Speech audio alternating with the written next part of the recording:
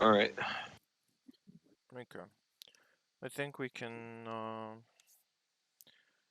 get into it now. Cool. Who wants to, All right, let me open up. who wants to start us off? Yeah, I mean, I can just go over the basics, I guess. Yeah, Like, that's good. I mean, basically, Blade, as I'm sure a lot of people know, is a pretty good DPS, both in like AOE and like we're very respectable in single target still. You know, he's kind of one of the first unique playstyles we have, where he is a damage dealer that scales with HP, and then also uses his own health rather than skill points to like do damage. Like the big thing is he does not use a lot of SP because he only needs to use his skill once every technically 3 turns, technically 4 turns. Technically, Every 3 4 turns turns. for basic attacks. Yeah. Every 4 turns basically, just to re-trigger his his enhanced basic attack, which means you can almost treat him as neutral because he's -1 over 4 turns or 3 turns, I guess. But with generators like that, you're already most likely going to be running, like your standard, abundance characters or preservation characters. They basically just generate even more SP together because you have a DPS that doesn't trade off damage for SP. He's just trading off health. And as we have previous releases, such as like Luocha, that work very well with like keeping people healed constantly, Blade using health as a resource doesn't act. It's almost like he's resourceless, just because you rarely ever need to worry about him dying, just because you build HP on him, so his HP pool is pretty massive. Like mine has, I think, 8,500 HP. So even if he's at like 30% health, that's similar health to another one of my characters being at full health. So You're it's running very yours easy. with Bronya, right? Because you have the HP yeah, with boots. Bronya. Yep. Yeah, with speed boots, probably close to like 7k HP. But yeah, I mean, he's just very good against wind weak content, and you can even bring him as like a sub DPS that isn't taking any buffs, but is just there to do damage without taking up a lot of skill points. Like, I know people use him with Zila. I've used him with Qingque, and it works perfectly fine. He's just a lot more versatile of like kind of a damage dealer playstyle than we've had previously, because previously it's been more like kind of all or nothing, where okay, either they use a lot of SP, which means they need to have the buffs kind of funneled to them to maximize that, like the damage per SP, or they are purely just for break. But his only consideration is like making sure people don't take aggro away from him, and shielding and / freezing is anti-synergy. That's pretty much it. Yeah.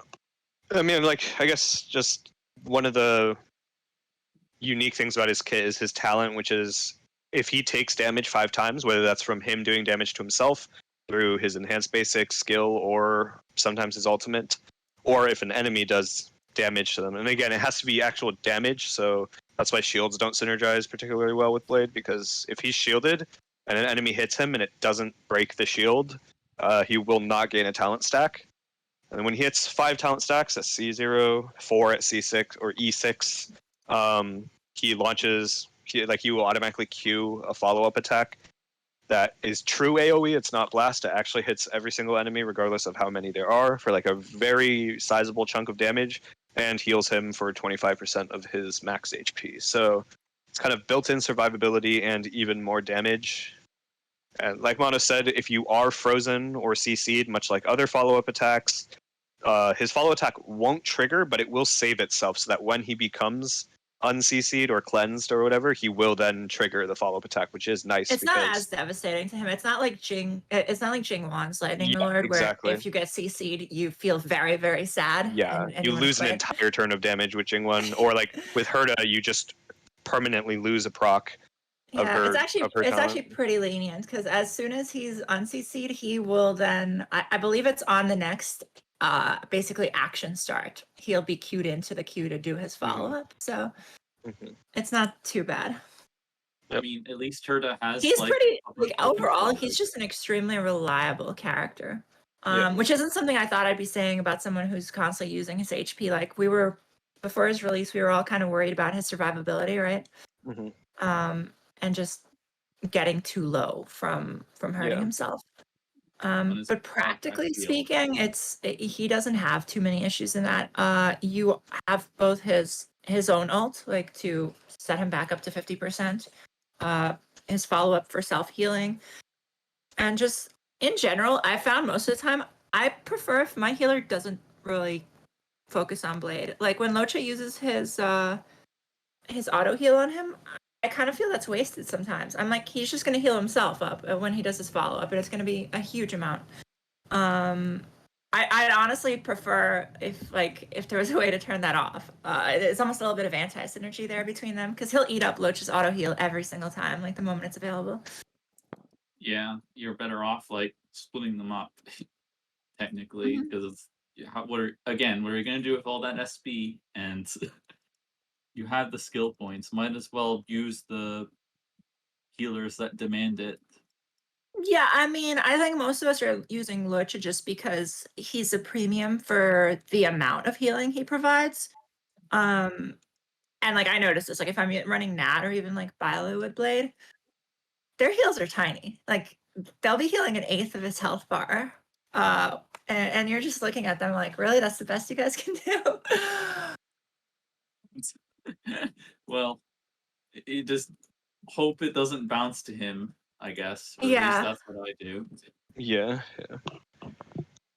So do we want to throw Yeah, some? I do often find I'm splitting them up the same way, even though that synergy is nice together. At least for mock floors, the way they're structured right now, it's very nice to just put Luocha on one side and Blade on the other if you have both. Yep. Do we want to throw some Blade gameplay up on screen? I don't know. I can share my screen if you want. Or Sure. I'm actually running through an SU right now with Blade. okay. Oh, I can stream a solo SU run. Solo. Okay, let's see it. That I've sounds like fun. successfully done it twice already. It's just the beginning elite that's the hardest because you need to get certain blessings. Like there's a lot of different blessings that work, but you just need to get at least one of them to do it. Let me share my screen. So I don't know how laggy my thing will be. Sound permissions. Unable to due to missing permissions. Grant access. Sure. Okay. Oh wait, my laptop can actually run it okay-ish. Nice.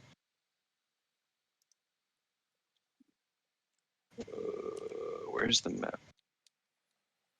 Pull number 60. Do. Surely you will get Blade. We got Loop. Really? Are you guys actually advocating for Auto Battle Blade? I've seen Auto Battle Blade do some incredibly dumb things. I've seen Auto Battle Blade forget to enhance his basic attack. I've seen that too, but it does work better than other DPSs, I will say. Like Zila auto battle versus Blade auto battle is still a world of difference. Like Oh my god. it is incredibly different. The target selection is abysmal for Blade. I don't know. Yeah. Keeps hitting the corner. How is LT on Blade? Is that like how are Blade's Eidolons? I don't. Which character has the worst auto battle? I think Tingyun. Drew's Tingyun asking by about far. Elation. Oh, Elation Blade? I haven't tried it much. I think with a normal team it might be okay. It's just like obviously you're not buffing. Elation's more for kind of a solo run. Yeah. Rather than And even I don't think a solo. I don't think you can do solo run Elation. I think it's you a need mix. to do You'd still want the abundance destruction. Yeah, you need abundance or destruction because. All right, I can start a run. Oh, dude, I don't play on PC, so I never remember. Like, how do I even get to the map? Hello? M. Literally M. Oh, okay. See, I don't know this. This is some skill issue. This is, dude. I play on mobile. I'm a fucking for Star Rail at least. I'm a mobile gamer until it comes to the PS5. It's okay. It will come to the PS5 eventually, right? Surely it won't be like Genshin where they fucking announce the Switch and it never comes. Yeah. Sure. Point Point Yeah. rewards have been refreshed. Oh, it's Wait, it because- lied to me. No, it's because Oh. it's per device, like the. Oh yeah, that makes sense. No, all your Notifications notifications are gonna reset now, and you're gonna be sad basically. You're Oh, gonna get a I bunch mean, of I red, don't really play on red PC, exclamation so marks that's anyway. fine. Hey, All right, abundance gaming time. Pepe sleep. abundance. Let's go. I mean, it's like the most consistent to get solo runs. Wait a second. I'm being facetious, by the way. Fucking Yeah. despise this path. Is Sin's stream slow or is it just me? I don't know. It might be just be my computer can't handle streaming. Giga Chad. Let's see. Probably. Because there's a lot of. It's just a little pixelated for me. Yeah, it's Now it's pixelated. pixelated, but it was stuttering a little bit earlier. Interesting. I mean, honestly, this one's better. Okay, well, this is going to be a successful solo run, I'm pretty sure. If it's too bad quality, don't worry about streaming it. On my screen, it's fine, but I don't know how Discord is handling it. I can close some stuff, honestly. Let me close my tabs. Leave. For regular runs, I have come to the conclusion that the best bet is Remembrance. For 7. Yes.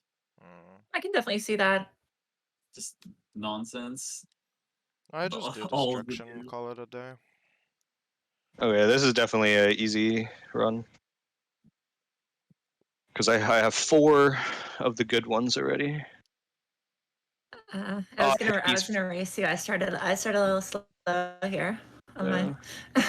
See who gets through the solo blade run first. Dude, these stupid robots are so annoying.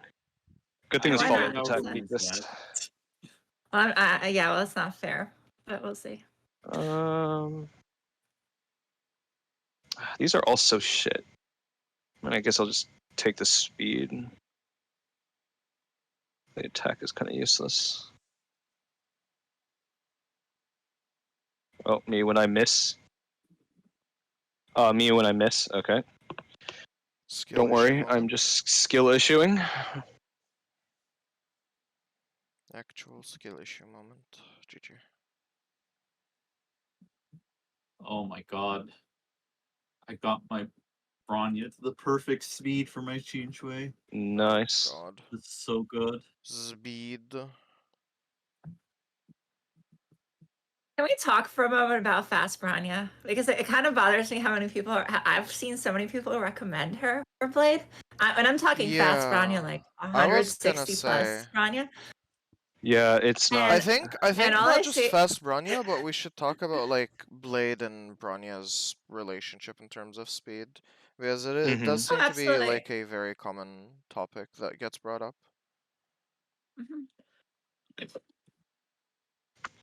I don't even think I don't even think that's a bad thing. The Bronya Blade combo. It's just I see Fast Bronya, and I know that that's just a very unrealistic goal because the numbers Yeah. I'm seeing thrown out at people are for like base blade speed if he has absolutely no speed sub, so you're relying on some RNG there too. You need about 164 on a Bronya, which means if you're not running with like an Asta, that's speed set, speed boots, and basically like 12 to 13 speed subs. Yeah, which like is it's just not happening. Super unrealistic. Yeah. Like I'd love for it to Wow. work because theoretically it's amazing. You're essentially doubling Blade's turns, but good luck getting there. No, that's exactly the argument I'm making. It's like, how do people even get one? And even if it is, like, I honestly think the investment needed to get Bronya to that speed, like, you might as well just invest in your deep, like, maybe late game, maybe. But, like, we're not going to hit that point for, like, a year and a half to 2 years, you know, where you have all your DPSs to the investment that you'd want them at, right? Yeah. Like it's one of those things that's like really really good on paper, but it's not something that you can realistically look at. Like gameplay wise. Yeah, it's just It's really just to me, like it's a just like spreadsheet moment. Yeah, I mean, it's definitely good. Don't get me wrong. Like, if you can get it to work, it's just kind of unrealistic to get it to work. If that makes sense. Mm-hmm. Oh yeah. At least for now. Like in the future, maybe. That's pretty far into the future. Depends on your RNG luck mostly, because it's Yeah. just speed subs. It's a really insane amount of speed subs. But the Yeah. truth is, you don't honestly need that much to make your Bronya work with Blade. Yeah, okay, the run is like it's definitely not optimal, but like I just have my Blade a tiny bit faster. Like both of them don't have speed boots. I mean, it's not great, but like I just have Blade a tiny bit faster, so he gets 2 actions. Yep. And then I guess we can talk about. I can show after this run, or if someone has a better stream quality than me, the Bronya extension with Blade. Return of the KQM podcast. Just Not quite, for, not quite. Just for the HSR No. side for now. Yeah. Yep. Anyways, once you get through the first elite in a solo run, like it's just free. Like you just win. Yeah, I think that's really the and only, I got like... the one that just means I never die. Cool. If people are interested in the podcast returning for GI, do DM me at Eris DC and let me know if you're interested and if there are any topics that you guys would like to see. Sorry if it's Yeah, but already it's been been kind of a lull discussed. period in Genshin, I think. I mean, Yeah, there's definitely well- going to be stuff to talk about once Fontaine comes out. Oh yeah, once for Fontaine sure. comes out, that'd be definitely things to talk about, especially with potential new mechanics or anything that they introduce. Like Okay. We're about to start a firestorm. Sorry before we even discussed. What do y'all think about people saying Blade power creeping Jing? Oh boy. Well, Okay. okay. I'm gonna was start power here. crept by Serval, like when he was released. He was reverse power crept. He was literally reverse power crept. I don't think it's accurate to say that Blade is power creeping Jing Yuan because they don't really do the same thing outside of like hitting more than one target. But it is a fact that a lot of people think Jing Yuan is unsatisfying right now. The more we progress into the game. Yeah, you You attest to guys that. did talk about this earlier with Lightning Lord just not taking any action if Jing Yuan himself ends up getting CC'd, and that feels really bad. Yeah, okay. I think I can summarize it pretty easily. It's just the fact that he is extremely backloaded with his damage. His damage is not necessarily bad, but it being so backloaded means that against later MOC, where things are very high speed, he just gets outperformed by everyone else, basically. And it just feels very bad to use him in those situations. Yeah. Like even my speed boots, I couldn't even beat Mach 10 with my speed boots, like high invest Jingwen, and it just felt really bad. Oh, this guy's gonna escape, Sedge. Doomed. It'd be like that. No, let me get a. Yeah, there we go. Yeah, like it's like on paper he's very good, especially in terms of break. I think like one of the things that I was really looking at and excited about when he came out and I pulled for him was like, oh, numerically he has access to the most break out of any character, right? But you often find it's wasted, right? Like it's wasted. Yeah, and the problem is that with break, you want it to be a reactionary thing where you can kind of choose when you can break to delay the enemy or make them skip a turn, like more often. You know, like if it's just you just break them whenever, then it's not that great. I think that whole lack of control is my biggest issue with Lightning Lord. Yeah. The fact that it's so like fixed when its turn order is, you can't really influence it too much. It messes up a lot of synergies that he could potentially have. It makes him very hard to use with things like Tingyun, who will have to essentially waste a skill point. It makes him almost impossible to use with like Yukong. Same thing with Bronya. It just feels bad that all these synergies don't work because the way Lightning Lord does. It would be really nice if you could basically just force it to go once you hit like a certain number of stacks. I feel like I would like it to auto proc at 10. Like Yeah, if you hit 10, because you should be essentially- rewarded, right? Like, Yeah, essentially, once you hit 10, you're losing that damage, right? You're not. Yeah, pretty much. yeah. Especially So because even his Yeah. even other the whole abilities stacking aren't like. speed on Jingyun, yeah, they're not too all that hot, honestly. Yeah, they don't end up doing that much damage. They're like his skill is nice because it's like true AoE, and it hits everything on the Yeah. field. But at the Mhm. same time, like I don't think it hits hard enough to make that relevant. Yeah, I mean his MVs are loaded into Lightning Lord, which is again the problem. His damage, break, everything that he has is backloaded, which Mhm. against high speed, like again, I couldn't. My Jing 1 signature weapon 80 200 124 speed 2.5k attack. Like he is decently built.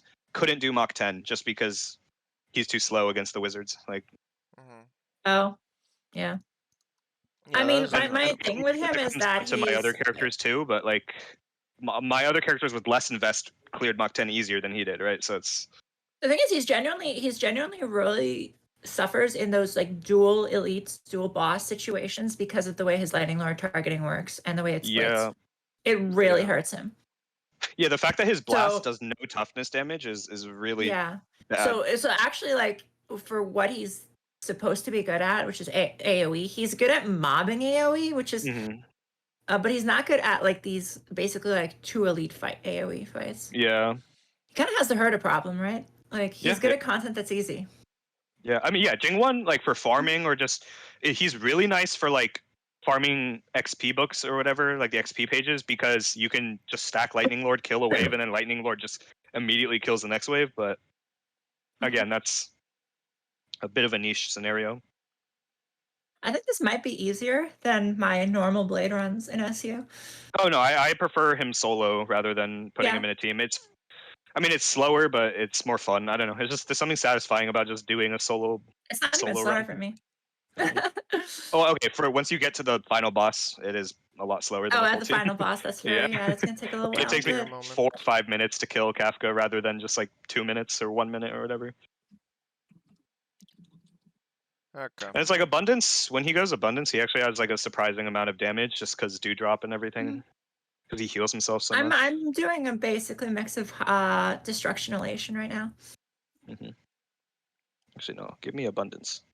Or this one. Critical strike. And then elation. That's fine. Okay, going back, we were talking about speed, blade speed, Bronya speed. Yeah. I mean, like I said, I just run them both slow with blade a tiny bit faster. Yeah. Yeah, but even you don't necessarily have to do. There's really three options, and let's discount the super hyper fast Bronya just because of how unrealistic it is. There is just the standard very slow Bronya where you just have Bronya go after him, use skill, and with her you actually can just at this point spam skill and not worry about. Yeah. You don't need to do weaving of skill and basic attack. The other option is to actually just slightly faster than him. I run my Bronya about like 137, I believe. Just basically to beat the 134 cap. And I just do the even at that low speed, I can just do the weaving. I just do normal attack, blade attacks, then Bronya skills after him. And I mean, the only argument against it for me is that you don't really need the skill points. Yeah.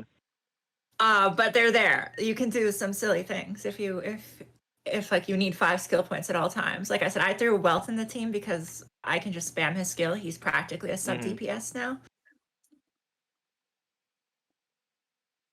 Yeah, like I'm a big fan of like I see a lot of people doing what you're doing where they're running above that 134 breakpoint. Again, big disclaimer about that 134 MOC breakpoint. Only do it if you're actually gaining something from it. Like don't force 134 speed just because you've heard it's good. Like you need to actually be retaining enough damage to utilize the extra turn, if that makes sense. People have started fixating on, or well, people have been fixating on 134 for a while now, and it ends up losing a lot of context and meaning behind it, because 134 isn't like a magic number that will. Oh, I almost solve died all of there. your- Oh. problems. That was no? close. Solo Yeah, problems. yeah. It can definitely, with like if you know how to build already and you know how to kind of handle the turn system and you know like where your breakpoints are, it can definitely be better in basically every situation, depending on how you're building. But it's definitely not something where you go for 134 speed before the rest of your build, right? Hello. Wait, Apologies for being late. Hello, Sushou. Oh, hello, Sushou. I'm doing a solo blade run real quick. Me and Sin are actually pretty much racing right now with solo blade runs. Fair. Yeah. Oh, my icon Um, appears to be hiding behind Reens. That's Yeah. fine. 1 sec. I am usually at the back, being how tall I am. That's okay. That's my job. Don't worry. So, what's been discussed so far? I came in during a speed discussion, so clearly just this talking chat's about been Blade. cast. Just Oh, talking it about always Blade. is. We. I mean, we just discussed a little. I mean, we've been hopping in on the Bronya Blade synergy right now. That's why speed came mhm. up, because I think that's the hot topic right now. We did talk a little bit about the hyper fast 160 plus Bronya, just that it's amazing on paper, but not realistic, right? Like, I don't think I don't think the vast majority of Oh, people I hate can this guy. even hit. Oh, I hate this guy. The fucking I don't have my resonance up either. I have to kind of actually play this smart. I do quite like do speed. I? It was something that I was something that I like briefly touched on with Eris a few days back, several days back now, where I agree with the whole like hyperfixation on specifically 134, where if that speed is Oh, do I coming die here? at the deficit, you'll be fine. You'll be Oh. fine. You'll live. Oh, I died. Oh. Sag. No, Misplayed. I misplayed. I got fucking And imprisoned, Sin and I has lost. Ah, Skill I issue. lose the Oh. race. rip pepperoni. Rip. I lose the race. Back This to- guy's giving me some trouble right here. I fucked up so hard because I didn't realize my resonance was down, Oh. and then I used his ult while his resonance was down. Oh. If I just Oh, saved his there we ult, go. Wait. No, stop. Okay. That's I got it. fine, I that's got it. Index. Oh, the revive Sin- coming in clutch. Reens almost died as well. Okay, well, Reens can do it. I've already done solo runs before. Okay, wait, what? I guess I can kind of showcase team stuff. Okay, I guess. no. Okay, well, How do I back. go team set? Hold on, Sushou was saying something. Sushou? Oh yeah. The hyperfixation, I agree, is strange, especially if it comes if it's at the deficit of other stats. If it's to the detriment of your actual build, then being faster isn't necessarily better for you.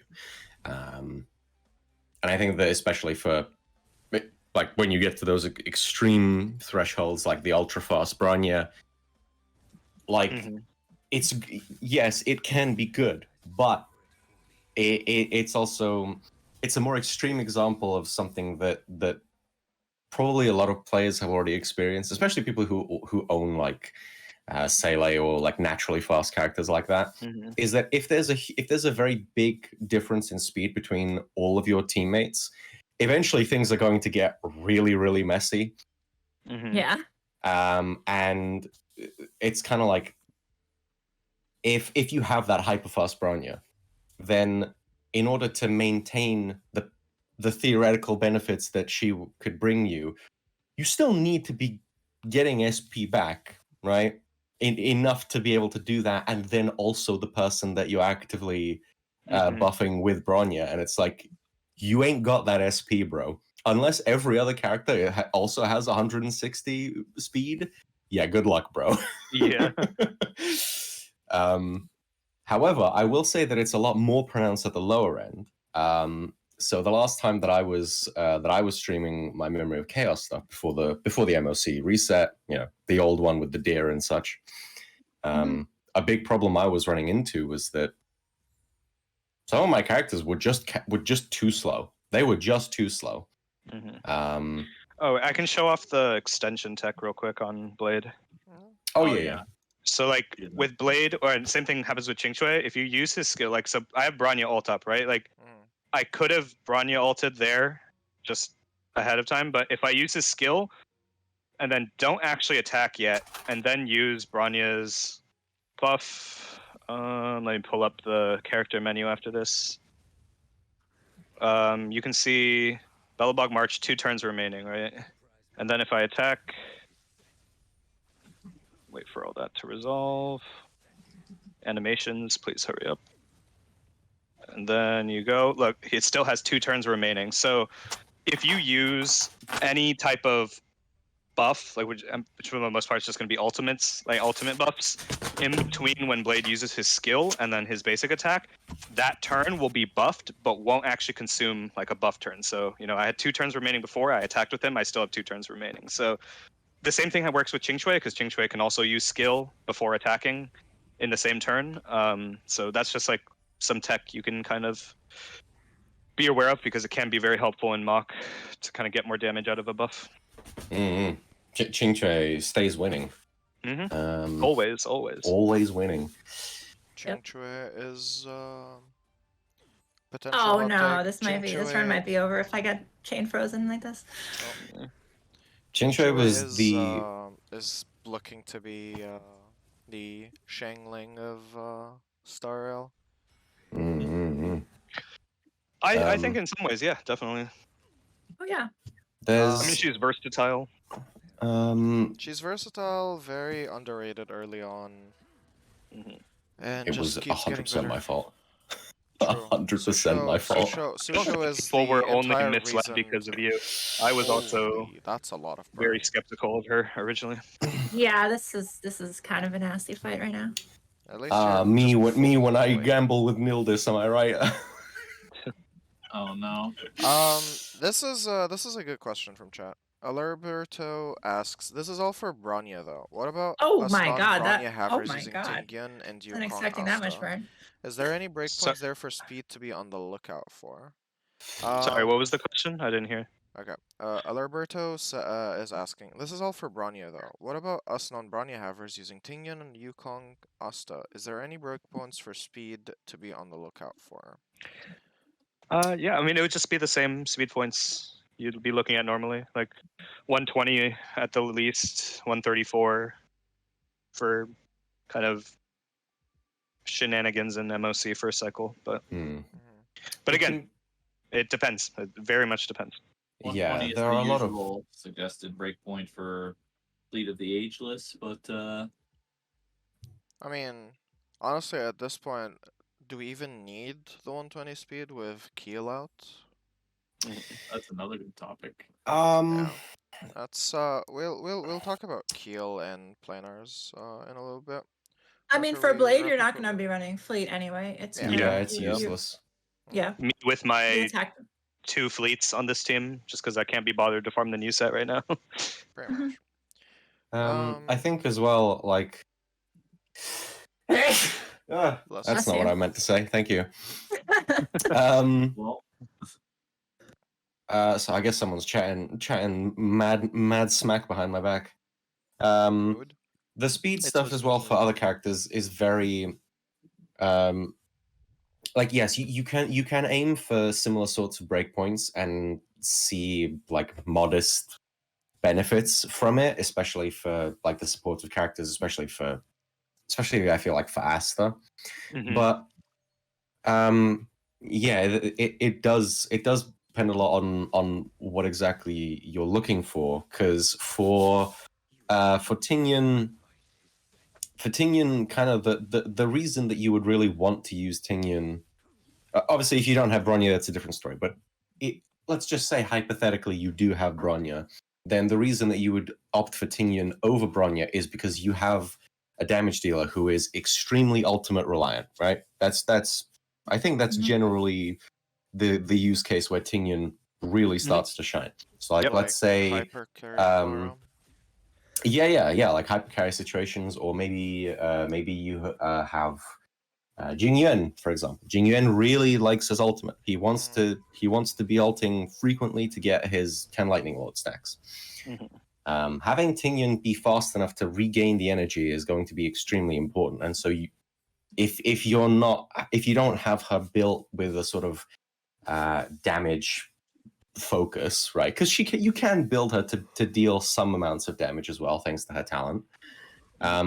Then you could just forego all of that and be like, no, I just want energy. And you could do that. And then you would just be like, yeah, speed boots, speed everything, just speed, speed, speed, speed. I like speed, more speed. Mm-hmm. And then for Asta, actually, let's start with Yukong, because Yukong is the more interesting one. She Well, this probably was is the one disaster. where it's like if you just pile on speed onto Yukong without even considering anything, you're gonna be like, wow, Yukong is terrible. And it's like, that's not a Yukong problem. That is definitely a you problem at that point. Yeah, Yukong is yeah. great. You just need to speed tune her. As long as she is a turn ahead, at least within the first 2 turns ahead of your main damage dealer, you'll be fine. But if she is, if the damage dealer you want to be buffing is 3 turns after Yukong, they're never going to get buffed by Yukong, and you're going to be like, oh, she's useless. And it's like, no. This is an issue of a different kind. It is an issue of the skill variety. Of the skill variety. Yeah, basically. Asta is strange. I kind of feel like Asta just benefits. Asta might be the one character where it's like, you just kind of don't need to care, because her speed buff, I would say that any extra speed beyond what you need to maintain 100% uptime on her ultimate is probably excess. If you can get to that point, which is admittedly like pretty difficult, you still need her to be quite quick. You still need like a few speed substats, as well as like energy regen rope, and potentially either Memories of the Past or coggers. Right. But because her speed is a flat increase, it ends up she actually makes it easier for herself. So she's probably easier to deal with than others. I'd say Yukong is probably the hardest to accurately speed tune, because you're having to look at 2 separate character speed values at least. Not even just character speed values. You also have to consider the content that you're up against. If you so much as get CC'd, it's going to really mess with your. Look at this artifact I just got. It's really problematic. Like, holy shit, dude, you can't holy show stuff like shit. that on That's stream. wow. That is This set is illegal. not the best for this, but I won't complain. I mean, I won't off piece. complain. I mean, the 6% speed is probably still good on. I mean, okay, honestly, on like, I just like having funny ratios on my supports anyways, so this is fine with me. Valid. Every I mean, single roll it's like went it's into come on, crit. it's a Bronya piece. Like, Yeah, It I mean, is, this yeah. is legitimately a Bronya piece. Yeah, I just need to get. yeah, Wait. guys, Oh, I have this speed is boots. Wait, speed boots. this is just classic Sin moment. This dude's RNG is through the roof. Just get lucky. Thoughts? Just get lucky, forehead. Yep. Yeah. The Drew asked, the speed buffs use base speed? Yeah, or like anything that is a percentage speed Yeah, this is increase Bronya moment. is always using the base speed. So the higher a character's base speed, the more the more benefit they'll get from a percentage increase. Which is why Asta's ultimate is so good, and in my opinion, still a little underrated, because having flat bonus speed is huge, especially at max trace level. It's like, what, 50 base flat speed? Well, it's not base, but 50 additional flat speed is like ridiculous, absolutely ridiculous. Okay, well, I have the Bronya set. I have a crit damage rolled speed boots on set, and then the 24 crit damage. Mo Ali helmet. asked earlier, Yes. guys, new to Honkai, does break effect stat increase how quick you break toughness shield? No, break effect is the damage, or is the stat that increases the damage you deal upon breaking. What you're thinking of is weakness break efficiency. That's what affects toughness shield damage. But the Yeah. only way to get that is at the moment just from Semi-Universe. The cards in there. Mm-hmm. There's a couple of cards that give you increased weakness break efficiency. Yeah. It would be incredibly good if you could get it, but we can't. How do you? Okay, what's the inventory hotkey on I. I? I. Okay, Or, that makes oh sense. wait, no, B. Wait, no, it's B, not. B, it's B, it's B, it's B. Liar. Shut up. Or A controller gaming. character- Don't ever ask me keyboard the hotkeys. character. Oh wait, it's just at the bottom. I'm dumb. Yes. Me when I play on mobile. Mobile. Yeah. Dude, I love Yukong. She's my favorite Harmony character. She is Probably ridiculous. I just want to take a look at this Complicated real quick. How much crit and damage does fun one Bronya to have? use.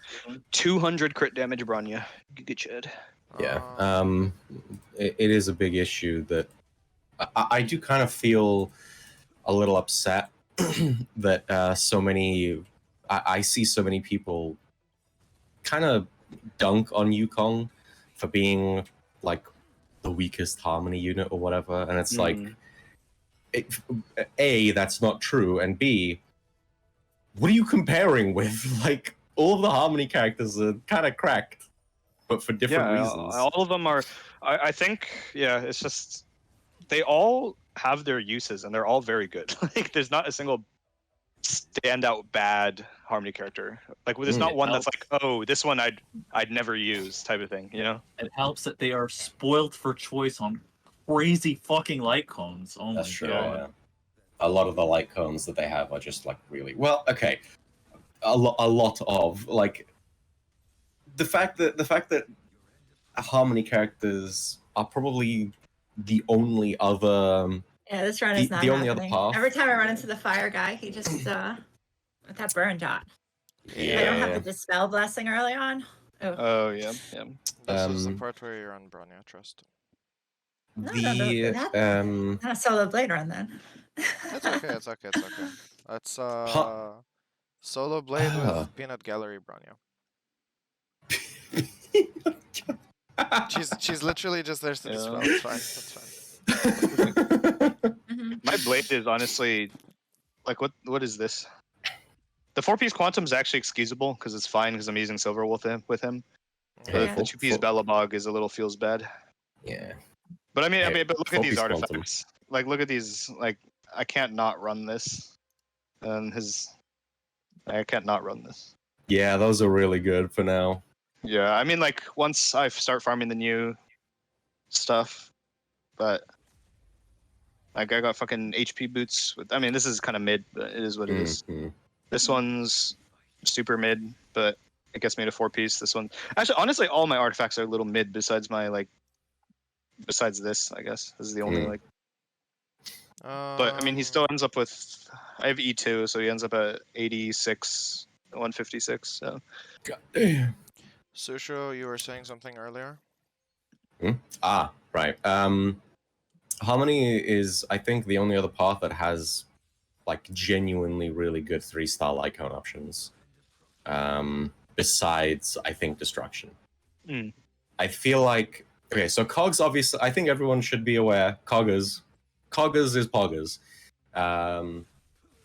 In the rare case that a future Harmony character comes out that doesn't need the energy generation from Cogs, Chorus is very, very good as well. Having just a permanent, unconditional attack increase is pretty good for characters that can use attack percent, not blade. And yeah, I mean, what even is the other one? It's very forgettable. I feel. Energy. Mediation, I think it is, where it's you get 20 points of speed for 1 turn upon entering battle, which is Oh It's yeah. very Mostly it's like mid. setup specific. it's very setup specific. It has uses, which is the important thing. And then like destruction. I mean, destruction has mutual demise, which is just like yeah, if for a you 3-star, can yep. use it, See, it's ridiculous. A couple of our friendly chatters have brought up some of the abundance ones like cornucopia and multiplication. And Alberto, multiplication isn't just good on Luocha. It's good on just anyone who can equip it in general. It usually just comes down to whether or not you need the other stats provided by the by the other light cones. Mm. And the argument could be made that like if you're acting quickly enough, which multiplication enables, you might not need like the energy from shared feeling or post-ob. So it's a matter of like just tuning your team once again. Yeah. Am I gonna get a Yeah. turn this battle? This is a funny battle. Oh god, I'm you're in. Oh actually- no, you're in the Japan situation. Oh See, no! guys. Oh, no, that you're was never a gonna really turn. funny You're dead. battle. Okay, the thing is Blade at No, very no, least I doesn't won take that. It Japard. was just really Oh, funny. that was okay, happening. okay. You heal off of it. Zerpard moment. Oh my god. I guess for context, I don't know. Chat doesn't know my Japard moment, but I was trying to test early on, like on near game release. Like I was trying to test if the battle The pass defense, like the preservation light cone, worked on Japard. Like if the damage part of it. If it was Was a a damage buff. damage if it was a damage buff and not just an alt damage buff. Yeah, but and then I went into the overworld and just fought like I think it Calyx? was. No, it wasn't even. It was just an one of overworld the, it was enemy. one of the guards outside of the Those Calyx frost thing. guards, and it was versus 2 frost guards. And when the frost guards attack you, they like move you back by a shit ton. It's like it's action delay, and literally my Japard sat there for like a straight minute, just getting hit by them, like just stun lock, just perma stun lock. Like it didn't matter if he used ult, it didn't matter what he did. Like he couldn't get a turn just because there was 2 frost guards that just kept action delaying him, and then he just died Yeah. after a minute. It is so funny. Oh my god. I think for me, going back to the cornucopia multiplication thing, I would argue that it's a similar sort of thing as the prior speed discussion, where it's like, how significant is this? And I feel like that's a question that more players should be asking themselves when it comes to making decisions about like light cones, stats, etc. Is this actually a significant difference? And like, let's say quid pro quo. Quid pro quo is a very, very good light cone for what it for like what it does and what it is.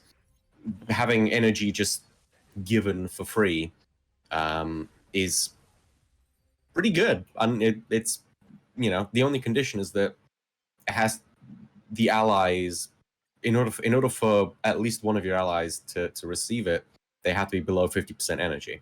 So if you have characters that recover energy like blazingly fast, this is not going to be very useful. And its effectiveness is also diminished on characters that have, you know, massive ult costs. So Qingque has 140, Yanqing has 140, Yukong has 130. Like, these are 8 energy is a lot less significant for them than for like Dan Heng, who has an ult cost of 100.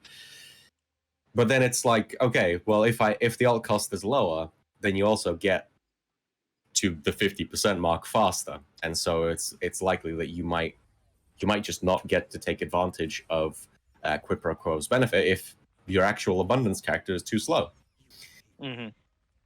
Whereas I feel multiplication is a much There's no easier chance.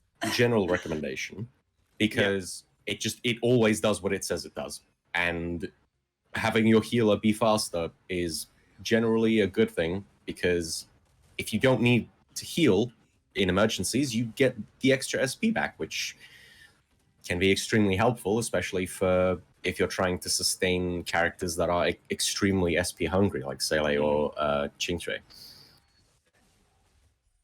And Cornucopia is also in a similar boat, where its effect is it's unconditional. It is always active, and it's honestly really good.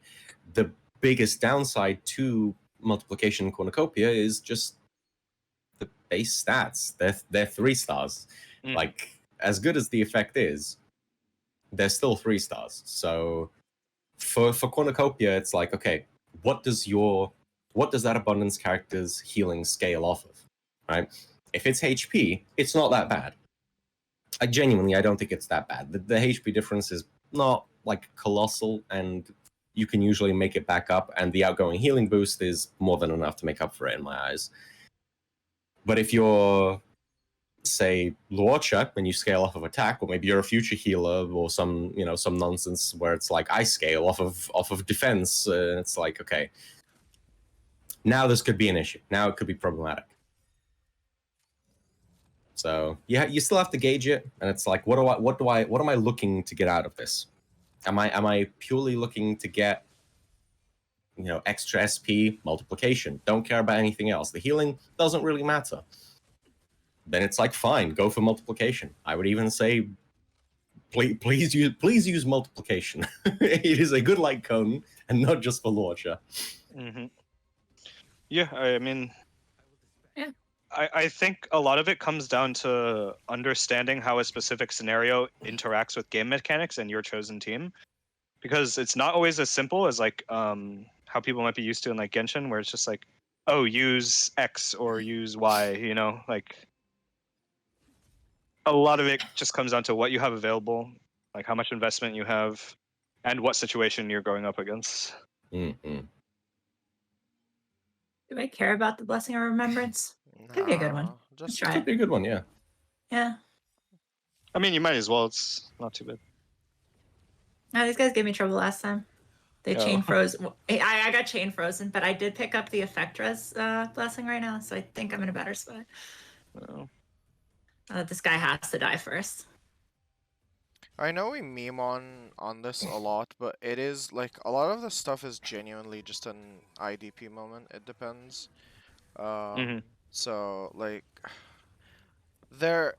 it's hard to give clear-cut definitive no. answers when it comes to stuff like this. Mm.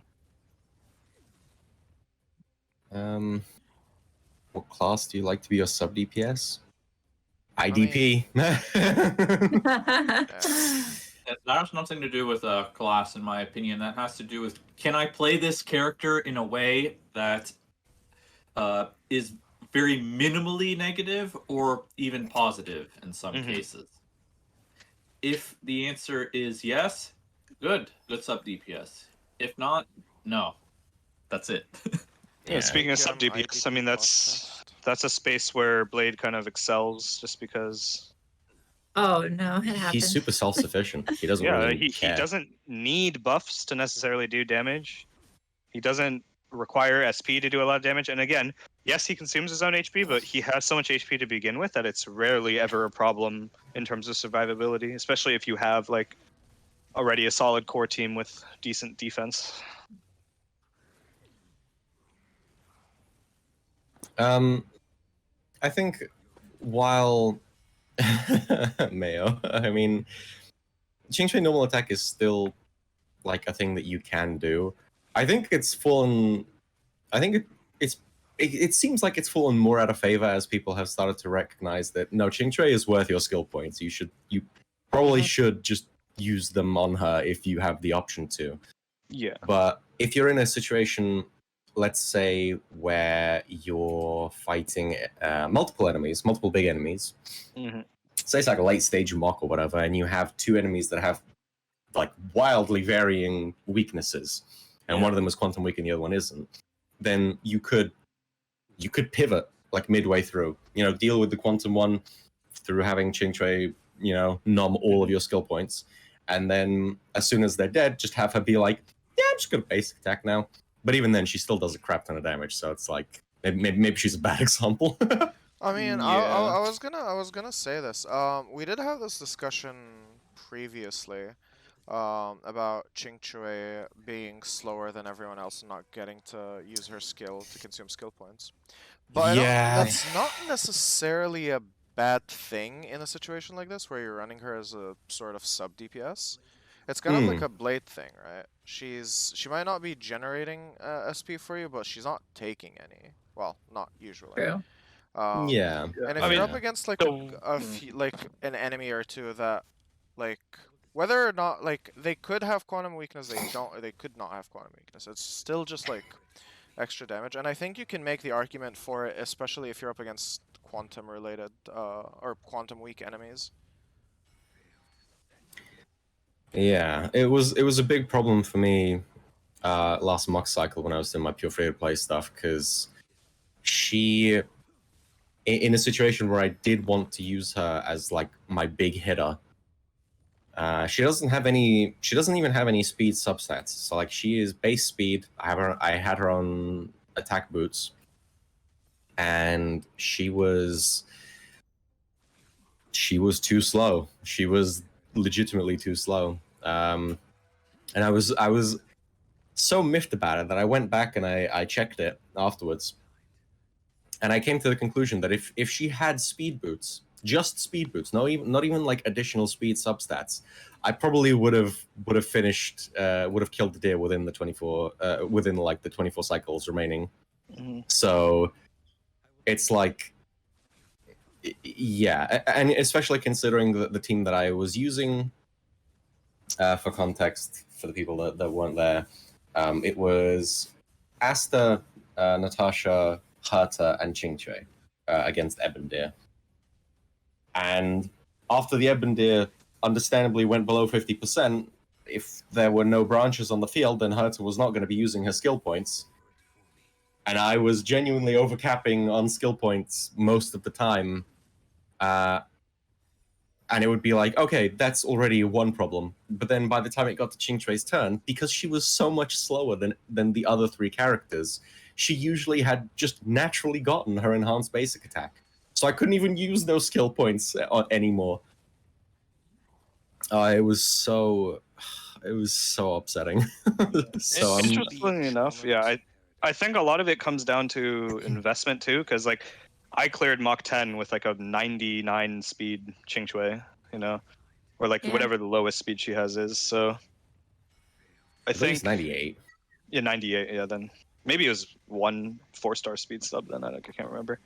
But like my Qingque is, I wouldn't say crazy invest, but obviously she is E6. So, but like in terms of relics, her relics are pretty mid, but still able to clear Mach 10. So I think if anything, that just points to like if I'm using her in a very suboptimal situation where she's not able to use a lot of her skill points, she's losing like 30% of her damage basically, and she's Yeah. still able to clear Mach 10. You know, like. Also, keeping in mind the team I was using is not like a whale team. There was, I don't think there was a single 5-star on that, besides Bailu, I guess. But it was literally just Qingque, fucking, wait, what was it? I don't know. I have to look again. But it wasn't like some crazy like 5-star with Eidolons type of comp. So I think she's just crazy good. She is. The biggest issue that I had with the Ebendir really was just the fact that, okay, something that definitely didn't help is that Qingque did get imprisoned by the Arumaton once or twice, so she ended up being just pushed so far down. It was just, it was very. The Arumaton was actually like the part of the fight that was just like catastrophic. If that had ended even a cycle sooner, it would have been easy. It would have been easy 3-star city for me, but it was not a good time. So after that, I am now looking to get like at least decent speed boots for Qingque. Not as a permanent replacement, mind you, but as an option, because again, I think that the option is important. There are going to be cases where it doesn't matter what Qingque's speed is, and therefore it'll be most important for me to maximize her damage. And then there'll be other cases like what happened the last time for me, where no, she needs to be fast. Yeah, makes sense. Yeah. I mean, especially when it comes to braking, right? Like, then that's a big deal. The speed. Oh, yeah, for sure. Huge. Like, I think that especially like that part as well as like breaking SP gen, SP consumption, all that kind of stuff, that factors into speed. The toughness damage is oftentimes something that can equalize the damage that you would otherwise lose from not having attack boots or whatever your main scaling stat is. And is in certain fights, especially, that could be extremely significant. Breaking the enemy more, preventing them from acting, or perhaps even getting really, really powerful break effects on them, like entanglement or imprisonment, that can absolutely be like the difference maker between you getting 3 stars or maybe even you just straight dying. Yep. What do you think of energy recharge, Qingque? Don't, please. Yeah, but don't think- her ult Just is don't. I think I have way because too she many stats already for that. I think because she already has a way to generate energy for, or not energy, tiles for herself. She doesn't need her ult to guarantee the enhanced basic I'm not attack. having any luck with these So lessons. at that point you're just kind of griefing by Yeah, running an ER rope.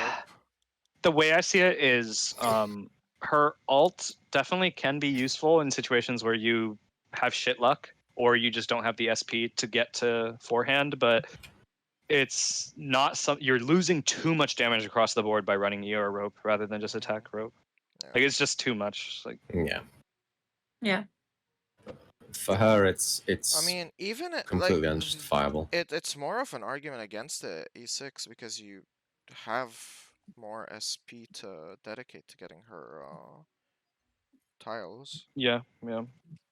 See, this is another thing that does end up happening with Qingque in certain situations is the fact that if you are using her as like your main damage healer, or at the very least you know are expecting to have to use SP on her, you actually want to use SP on her because of the bonuses that she gets from using her skill.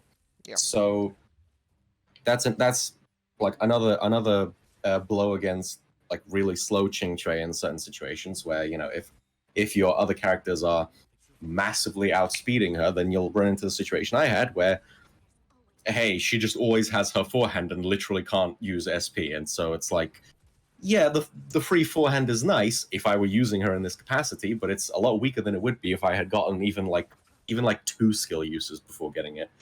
Mhm.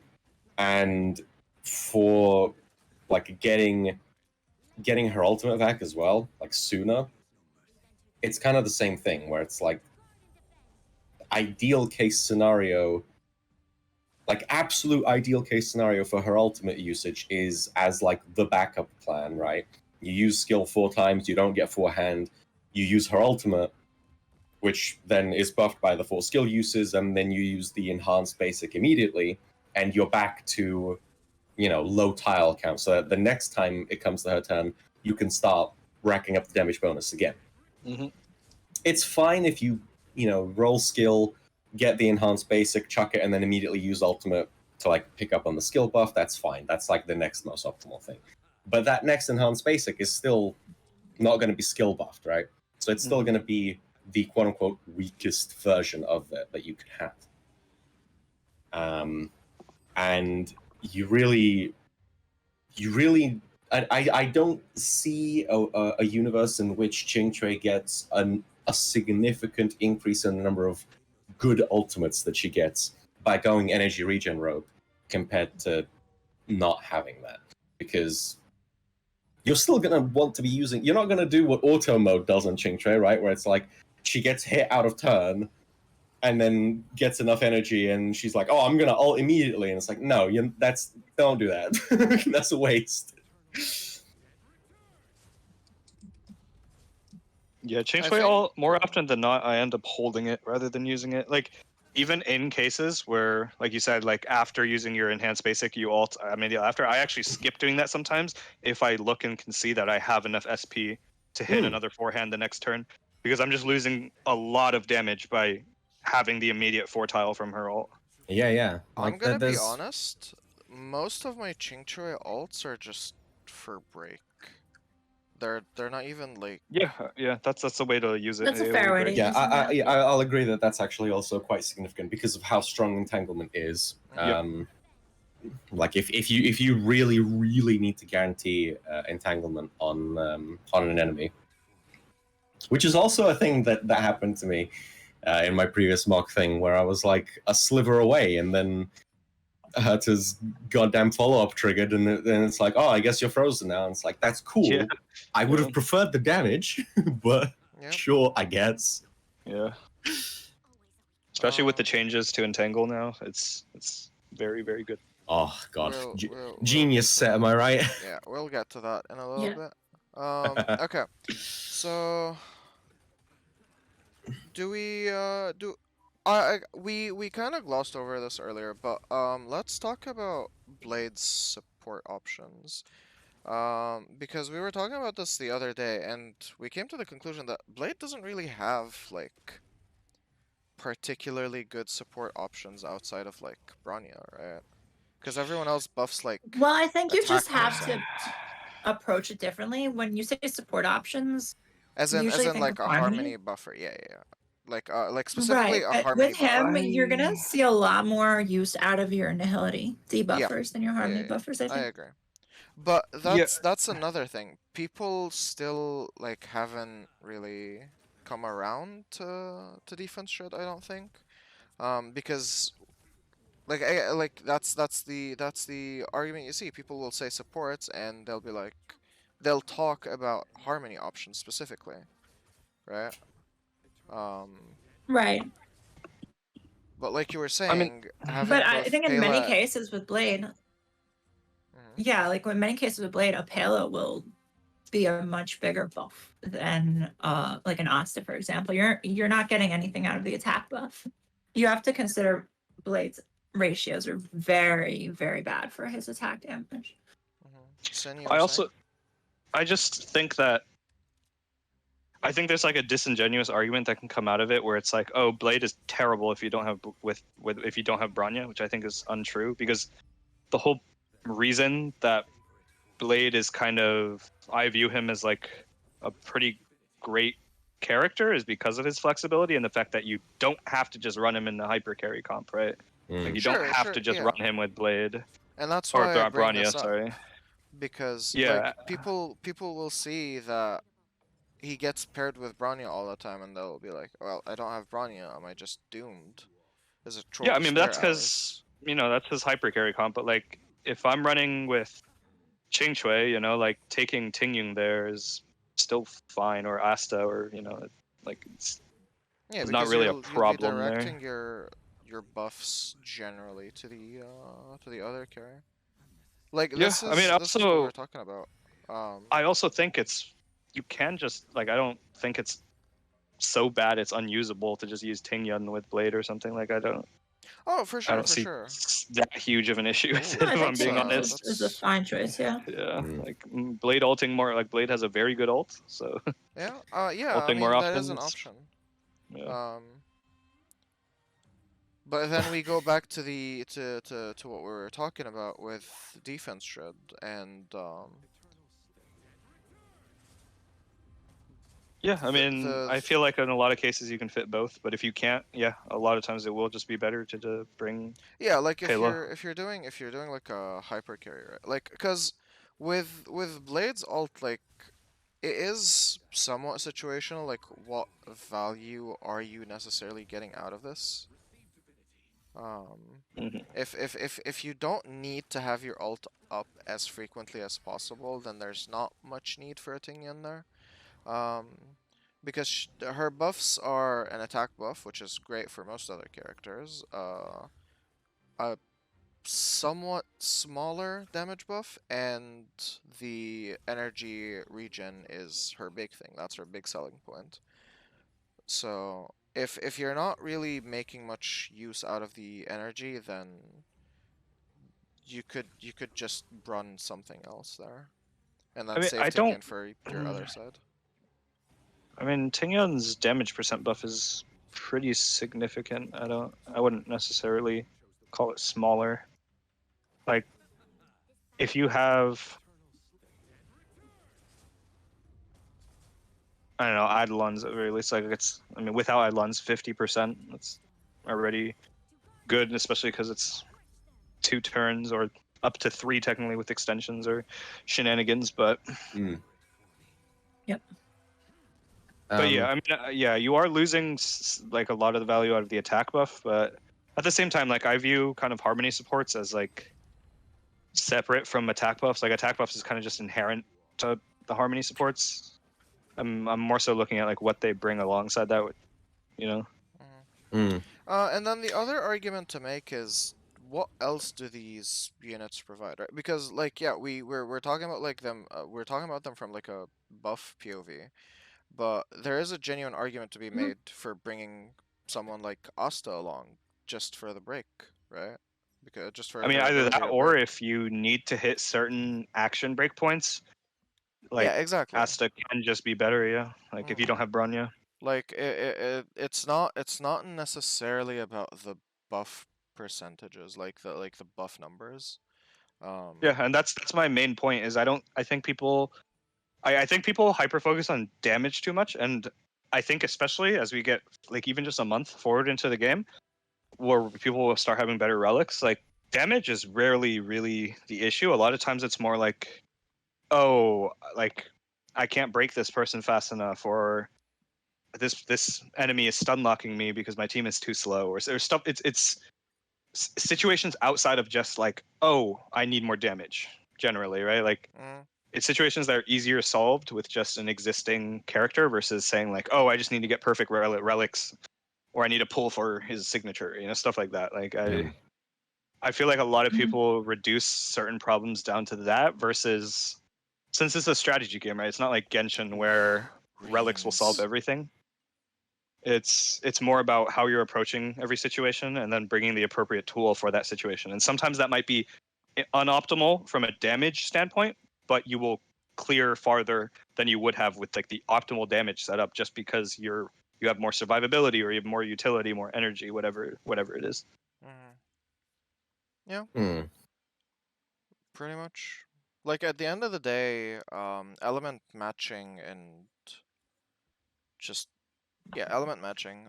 It's just it's really important for just how the game functions.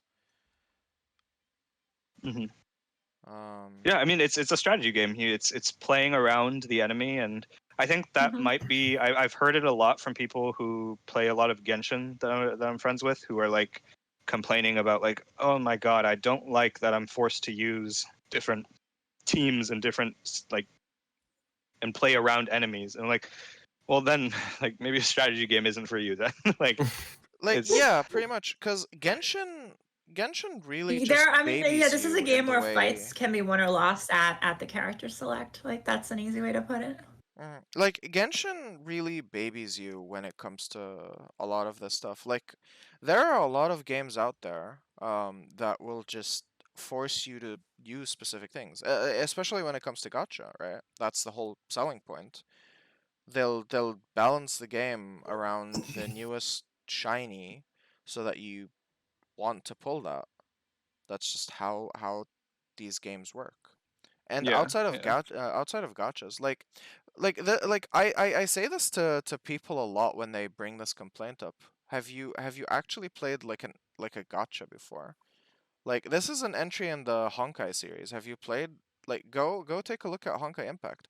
You don't need you don't need one team for like an element. You need like 3 teams for each element. And there's like 5 of Yeah, them. I mean, I think they've learned Wither, their lesson from Despair. Honkai, at least for Hoyo. They're not gonna do that level of power creep. Like for people that don't play Honkai, Honkai is a game of you. If you want to do any of the competitive game modes, you need the latest characters. They are always centered around the latest release banner, and there is just blatant power creep. That is the way Dude, it's like designed. that's Old that's not characters even the are full story. Like it's not just that yeah. you need the new characters, you also need their gear. Cuz the way Oh yeah. Honkai Impact is balanced is the newest entry to a specific niche tends to be around 5 to 10% better than the previous one, and like in a Genshin setting that doesn't sound like a lot. Like it's an increase, right? That's what we get for new artifacts. But when Mhm. it comes to Honkai, because there is an actual scoreboard with points, a split second can be the difference between you demoting or just retaining, and it can be the difference Hmm. between a top score and just a mediocre score. So Hmm. you will always need that 5 to 10%. Yeah, even like 0.05% can be the difference between first or second place Yeah, on pretty leaderboards. much. Yep. Yeah. A Honkai Star Rail seems to be in the middle point Oh. between Dude, Reens, you can't be doing stuff like this on stream. That's illegal. I mean, this is not rolling well right now. This is Yeah. needed to go into crit damage. Yeah, you like- you don't deserve it. I said it. You don't deserve Fair. the picks. I'm Um, gonna You've had say too much it. luck. You have had too much luck. But yeah, going back to it, Stariel seems to be in that middle point where you're not as obligated to pull for the newest shiny, but you are required to have a diverse roster of build characters to actually do the competitive game modes. Or, well, not competitive, but like the end game stuff, like MOC and SU. And SU is a lot more kind outside of like certain situations with stuff like that because of the blessings. The resonances do end up covering a lot of your weaknesses. Hmm. You will still need to do some team tuning, but it's not as egregious as Honkai Impact. Yeah, there's the micro tuning is not as extreme. Luckily. Yeah. But it is kind of a breath of fresh air, if I'm being honest. Like having to think a little more, but not to the extent of like thinking with your wallet, like you sometimes have to do in Honkai Impact. So, like, yeah. And it's really nice because like it actually incentivizes you to play the game and farm for characters. Because like with Genshin, like this is a common complaint, right? Like personally, I have like two teams that I just always run, right? Like one's Ride and Hyper, and then the other is it's usually an Aggravate team. It used to be a Freeze team with Ayaka. And like I don't And Genshin, really you can need pretty much brute anything force. else. It's not really. Yeah, so I like there's no incentive for me to play the game because, you know, whatever comes out, I'm just gonna go in with my set with the same team, just clear it, move on with my life.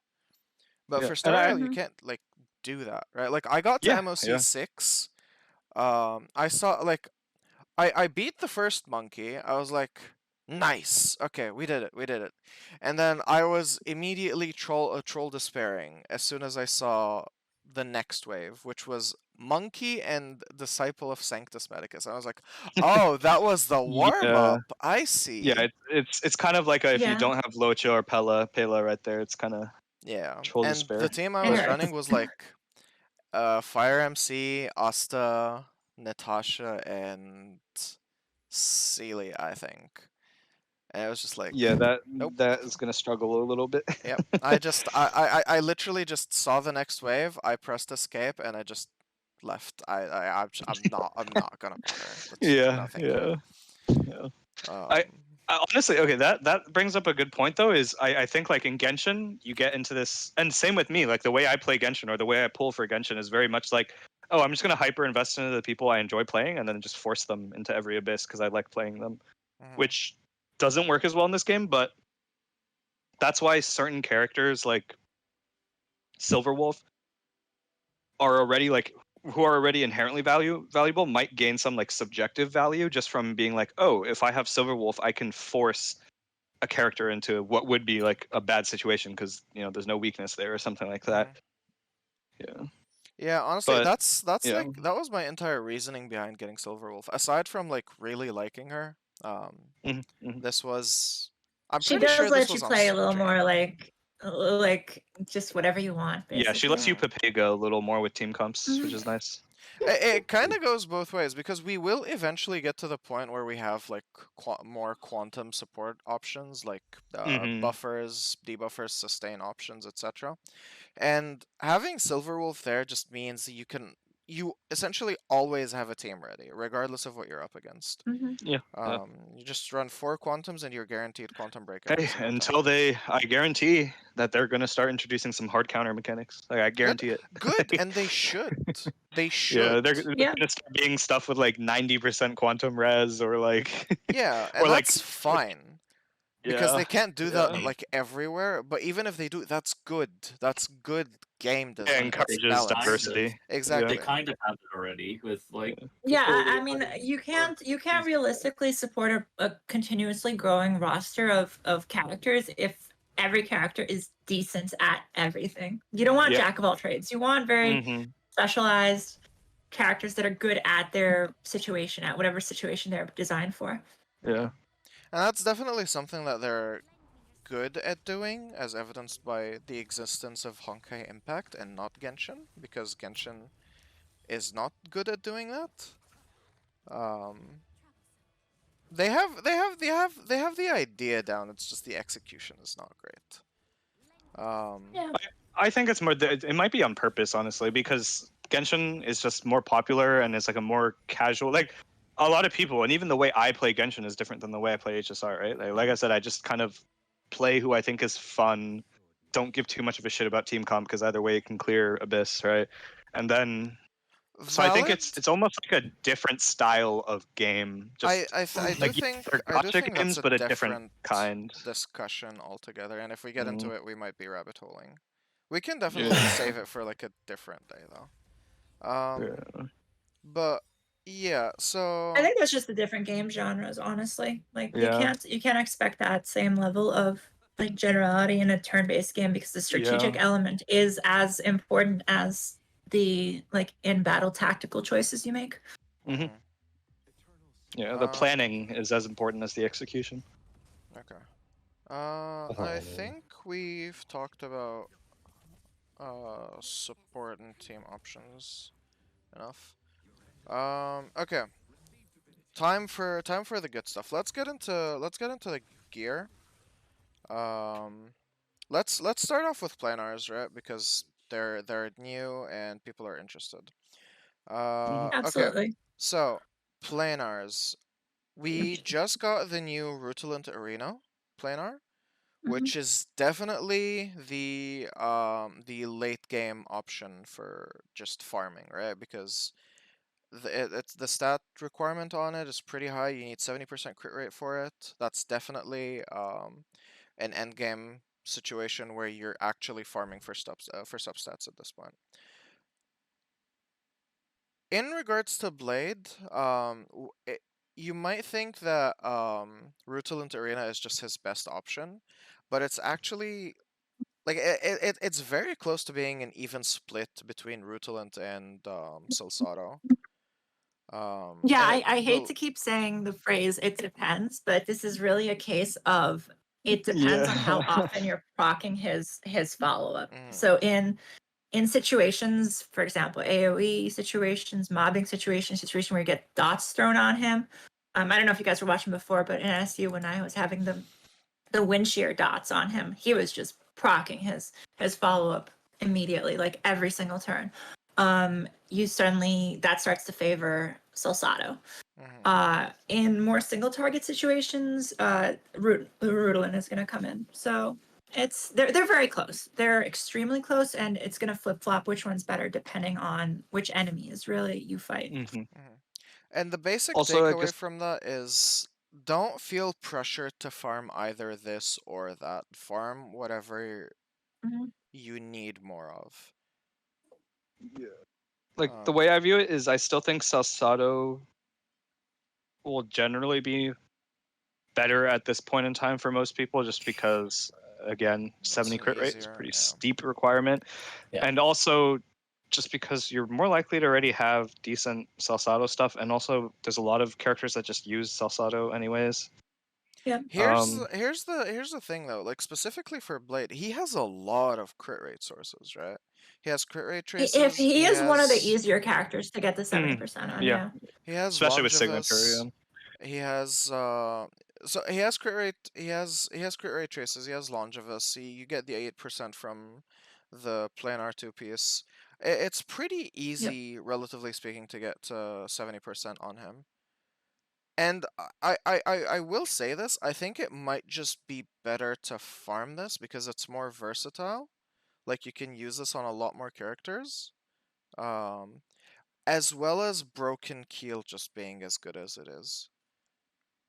Because you're going to be I'm more- farming Broken Keel is what really is going to be happening. You're going to be farming Broken Keel over Fleet, and you're going to get this as like a side effect because I think comparing Inner to even to Rutilant not is even comparing pretty it to much Fleet, like back and forth. Yeah. Salsato isn't paired with Fleet. Salsato's paired with Bellabog. So if you're farming Oh, yeah, that's true. Salsado, you're getting Yeah, and you don't need Bellabog pieces. for anyone. Exactly. Yeah, Bellabog is a little troll despair. Bellabog A is little. good. It's good, but like, how often do you really need that 15 to 30% Yeah, extra defense? And also, it's one of those things where you're going for, like, defense. Like, the situations where you're farming for Bellabog are just so much, like, less than when you'd be farming for Keel or something. It's for literally Sword, if you're so- just like You're gonna need hyper-investing in multiple Japard's kills. shields. Yeah. Yeah. As a freeze salesman for like the ice characters. Like, how we many also people do I have. realistically want to run Keel on? Let's see. I want to run it on Luocha. Like, that's a given. You want to run I Keel on, personally, like so many people. yeah, I personally also run it on Bronya because I'm pairing it up with Blade. I would even go so far as I'm gonna probably wind up tossing it on Pella, over Fleet. Like, and that's gonna be pretty much my Blade team right there. It's gonna be 3 kills and Blade. Okay, Yeah. okay. Hot take. Like, I think just if you can, just run it on everyone. Unless, okay, the exceptions are, one, you either need the extra energy from Vonwak for whatever reason, or two, you Mhm. need the advance forward from Vonwak. But I think other than that, like, you're probably just better off running Keel. Yeah, I think Keel's only real downside is just the effect res can be a little difficult to hit on some characters that don't have traces. Mhm. But it's only 20%, which is like on the Yeah, units it's that not are too much. running Keel, you don't really need to worry about other stats. So you can fish for the effect res stats. Mhm. Yeah. What was Mono saying earlier? On the topic of Bellabog, you do want it on like 2 characters because you can stack each on them and get the rebates on your defense, so your You mean shields aren't March and that Japard? much small. Yes, those 2 specifically. If you want to get Sure. equipment for those 2 characters, then you can farm inert a lot more efficiently than Rutilant Arena. But in my That's fair. opinion, Keel is far broader still. So Yeah. ultimately, I still think 7 is much more efficient than 6, but not by a whole lot. Okay, I'm gonna say, I play Japard pretty extensively, and I don't really find myself using his skill often. I have E2 Japard, so like I have reason to use his skill, but I still Same, don't end I'm- up having. I don't. I still don't end up using it that frequently, unless it's very like specific, where I just really want to delay what the enemy's doing. I've looked at The problem is kind of the yeah. teams I'm running Japard with are very like SP negative to begin Oh, with. So I okay. find it very Oh, hard consideration. to just Yeah. fund his skill. In So- that case, it would be better for March. But well, anyway, like, it is nice for the extra 15%, but like again, right? Because Salsado is on ultimate and follow up, and the units that have that as like their priority are not too frequent, or like they're not too common. So you are still making like a trade off there. Wait, I don't think you're. I feel like you're not making too much of a trade off there, because at least from what I've seen from the math, it seems like they're close enough that you can really just go with substats better, whichever one has better substats. I mean, like for farming priority, like comparing like Salsado plus Bellabog to Rutilant plus Keel. Yeah, I mean, yeah, like I said, I still think Keel is probably just better in a lot of Yeah, cases. and that's what but- I'm saying. Yeah, that's what I'm saying. Like, it's just better to farm 7 for Keel and Rutilant.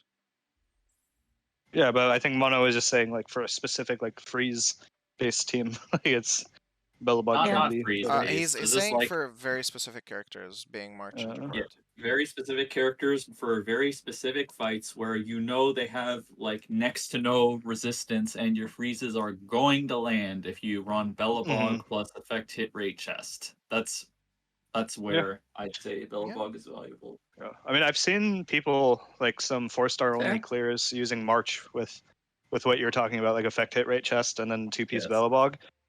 and they cleared Mach 10 just because March ults and then stuff just gets frozen. Yeah, it stops so much nonsense. Yeah.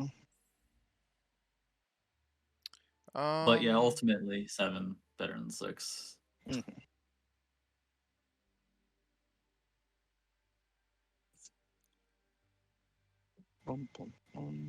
What do you actually want to Okay, build yeah. the HR to proc the effect? In general or specifically for Bellabog? Because for EHR, there's a lot of like effects that you like. There's a lot Yeah. of units that like EHR. Nihility units in general tend to really like EHR. Some units with Mhm. the Bellabog on your part. Yeah, you want EHR to more reliably freeze with his skill. Yeah. It depends. Yeah, that's true for like, March too. It's just For you need that if you want to rely on freeze. Yeah, it's just they're niche scenarios, but when those scenarios do pop up, like you do It's need the nice to effect, have them, right? Yeah, you can look at the Mhm. odds, but if they don't, if you look at their like character card and it doesn't say freeze or control effect res like specifically on them, if you put Bellabog plus EHR chest on them, you can get pretty good odds, like near guaranteed odds to freeze them with his skill or March's ult. They're same odds when Mhm. departs the E1. But Yeah. just pay attention to that and tech into that if you have the pieces.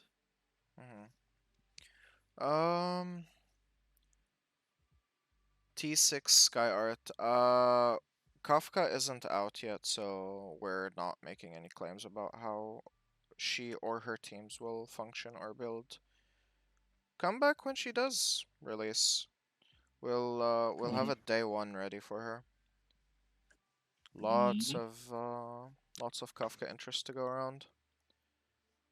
Should be fun to test out. Okay. Yeah. We talked about planars. Now let's get into the real fun stuff. The builds, the 4-piece options.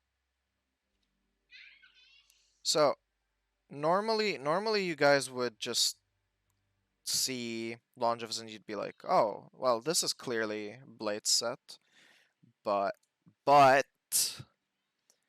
there is a contender in the shadows. The next contestant approaches the 4-piece quantum set. Who wants to take us through it? For context, this patch they adjusted the defense reduction effects of the set to work with damage over time effects and pursuit damage, such as entangle detonation. So it has been on the rise, and when all of its effects are active, it is a lot of people's second best relic choice. And Blade is no exception.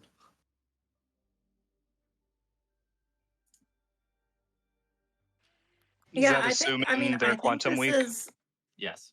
yeah. So this is always the assumption that one, they're quantum weak, and we say second best, but these have a chance to go up to be best in slot if you use defense strategy units, things like Pella or Silverwolf.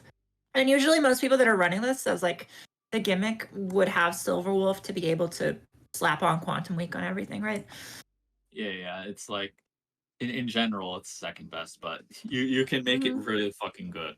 Yeah. It's a, Also- we say second best, but it's just the gap is very small. I mean, the difference is 100% versus like 96%. It's like a 4% difference. So it's not a large gap at all. Yeah, it's to the point where Again, I this have just a comes with the caveat of they Yeah. have to be quantum weak. So it does make your character more situational if you gear them that way. Yeah, like I have 4-piece quantum on my blade, and it's a decent set already, so I'm just not farming the new set that much, at least right now. Yeah. Like, eventually for my supports, just for the speed set, yeah, but or at least the 2-piece speed, but for now, not yet.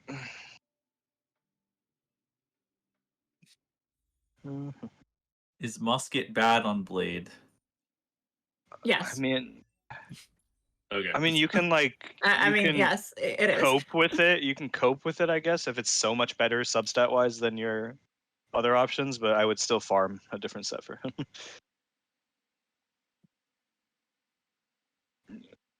So going for quantum set is best for Silverwolf owners. Again, it's kind of situational because just bringing Silverwolf does not inherently mean quantum weak. You know, just because blade teams tend to have a lot of different elements in them, and that can sometimes mean if an enemy is missing both wind and quantum weakness, you're kind of just like it's like a lose-lose there. Like, okay, if you get quantum weakness, you get the bonus damage, the bonus defense ignore from quantum set, but then you don't have wind ignore on them, so you know that's bad, obviously, for They have to damage. be one or the other at Yeah, least. exactly.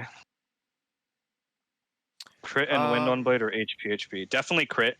It's definitely crit cloak. When it comes to the orb, for the most part, if you're using her with Bronya or him with Bronya, HP orb can pull ahead. Otherwise, wind orb is fine. Both are honestly fine. Whichever one has better substats, you can basically just run with that.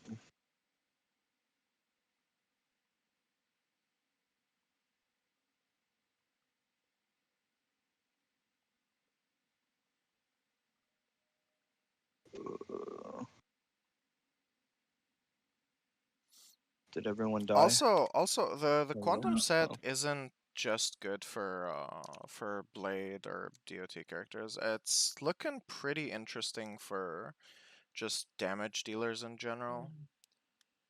Yeah, we mean like it's like second best for practically everyone. It's pretty good. It might arguably just be the calyx or the cavern to farm. Yeah, it's just the caveat of the other set being slightly less useful, but or Yeah, a lot but less useful than the speed set. you But can I mean, you it's can still pair the 8% damage Yeah, reduction yeah. with like speed. yeah.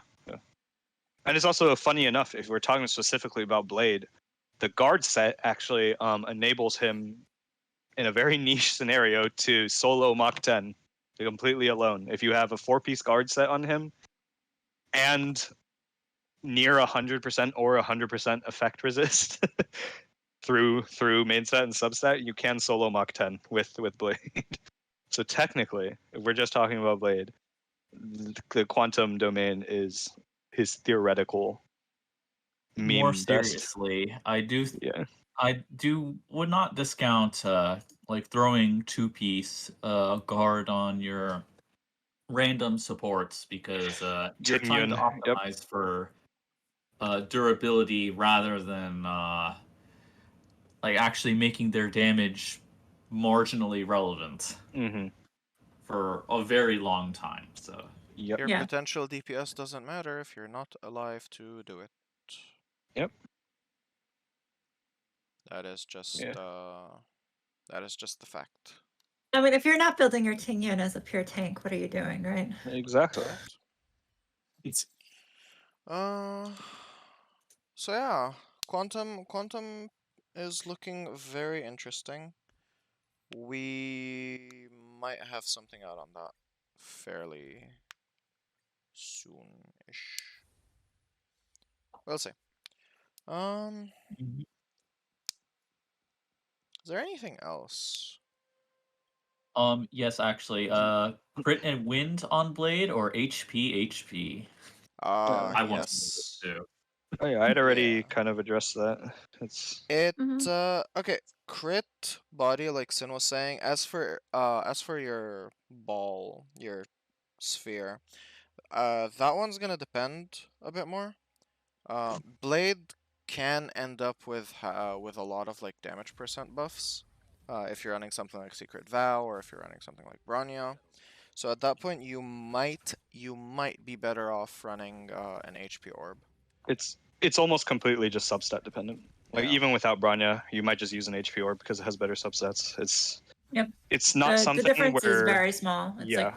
like 5%. Yeah, and in fact, in that case, I would actually almost recommend HP Orb over Wind Orb, just because it's easier to find HP Orbs, obviously. Yeah, I Well, was it's about to say that. easier, and also, having more HP is always nice.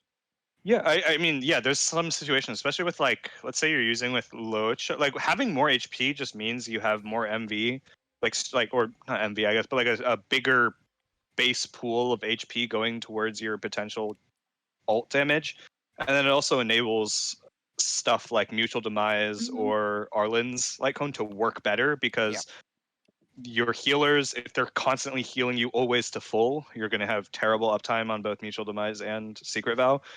But if you have a bigger HP pool, you're still getting a heal, and you're still at a good amount of HP. Like having 5k HP out of 8k pool, you're still not worried about dying, but you have a lot better uptime on like specifically Mutual Demise, the 3-star, and Arlen's signature. That does remind easier me. if there's still 20 fucking different orbs you can get. Yeah, that's a very saturated pool of balls. Yeah, if Is you it not have skewed Secret towards Vow the and Bronya, stats? like that'll just be the case where it's better to be HP. Like it'll come out ahead. Just Secret Vow on its own. Once you're above, I think S3, the HP and wind orbs are equal without any buffers, any outside buffers. So anyone like Bronya or Tingyun, if you throw them in, you're gonna prefer HP in that case. Yep. That does remind me. There was something else that we need to talk about. The Blade and Luocha dynamic. We kind of glossed over it earlier, but there's what's there to say? I mean, he's the premium healer, but I don't think he's well designed for Blade. If I have to say that, they're both like Luocha is both synergistic and anti-synergistic with Blade. Yeah. Depending on the situation, if he has, okay, if it's with like Bronya and you have Blade's signature or something, like, or if you just have, or even just E1 or something, I think Luocha has no real downsides for Blade at that point. But if you don't have his signature and you're running something like Mutual Demise or Secret Vow, there are situations where Luocha can kind of grief your damage. Yeah, that's the thing. It's not just that he has a little bit of anti-synergy, because he definitely does, like with Secret Vow, with the 3-star options as well, because Blade will always be higher than. It's that you're not really taking advantage of any Luocha's like strengths in a Blade team, if you think about it. His auto heal is pretty much going to be eaten up by Blade. 99% of the time. There's nothing there. So if you need to heal your team, you're either relying on his field, or more realistically, you're gonna wind up spending skill points on his skill. Yeah, but I don't think that's a problem, because they have so much SP.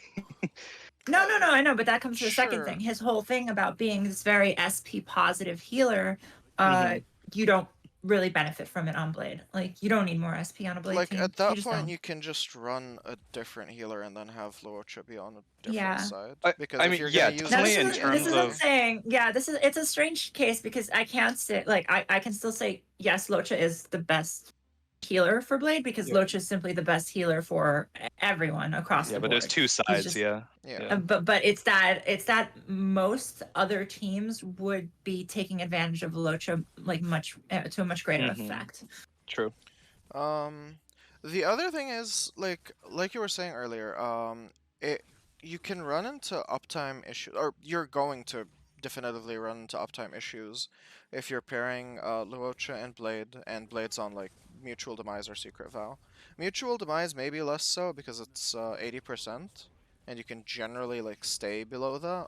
But for Secret Vow, you'll definitely be running into uptime, uptime issues. And at that point, like, you have to ask yourself, is it worth having Luocha there when you can have another healer and just control the amount of healing that you need? Yeah. I mean, it's like Reens said, the max potential is with Luocha, but there's two sides to MOC, and if your other side is just straight dying, like, just take Luocha out of Blade's team, put him on the other side. Yeah, usually I prefer to keep Luocha with my other team rather than Blade's team. I found that works best. And that depends what I'm using. Like, I I've used both Yuan, I've used Sele, I've used like Qingque, but they all benefit more from what he provides than Blade, honestly. And he doesn't like if I just swap out Luocha for like Natasha, the team doesn't feel that much different, like a Blade team compared to the other teams where it's a huge downside if I do that. Luocha's pretty like I don't think this is like a hot take. Luocha's pretty good as your solo sustain option. Blade's existence on a team means that you already have like half of a sustain option, so you're kind of just over capping on how much sustain you need. Yeah. Usually. Yeah. Yeah. I mean, I'm back, sorry for the delay. The big thing is just we had the whole kind of we brought up multiple times where damage is usually not your concern, right? Like damage, it's going to be survivability that's your main concern, and Luocha increases Blade's damage basically. That's what he does. Like yes, he's a healer, but being able to have that auto heal on him enables you to do some cool like ult setups where you're getting more damage on your Blade ult. But again, if damage is not your main concern, then that's almost like wasted. Like just tossing Luocha in just to increase Blade's ult damage more. Yeah, it's here's an example. It's pairing Hu Tao with Bennett.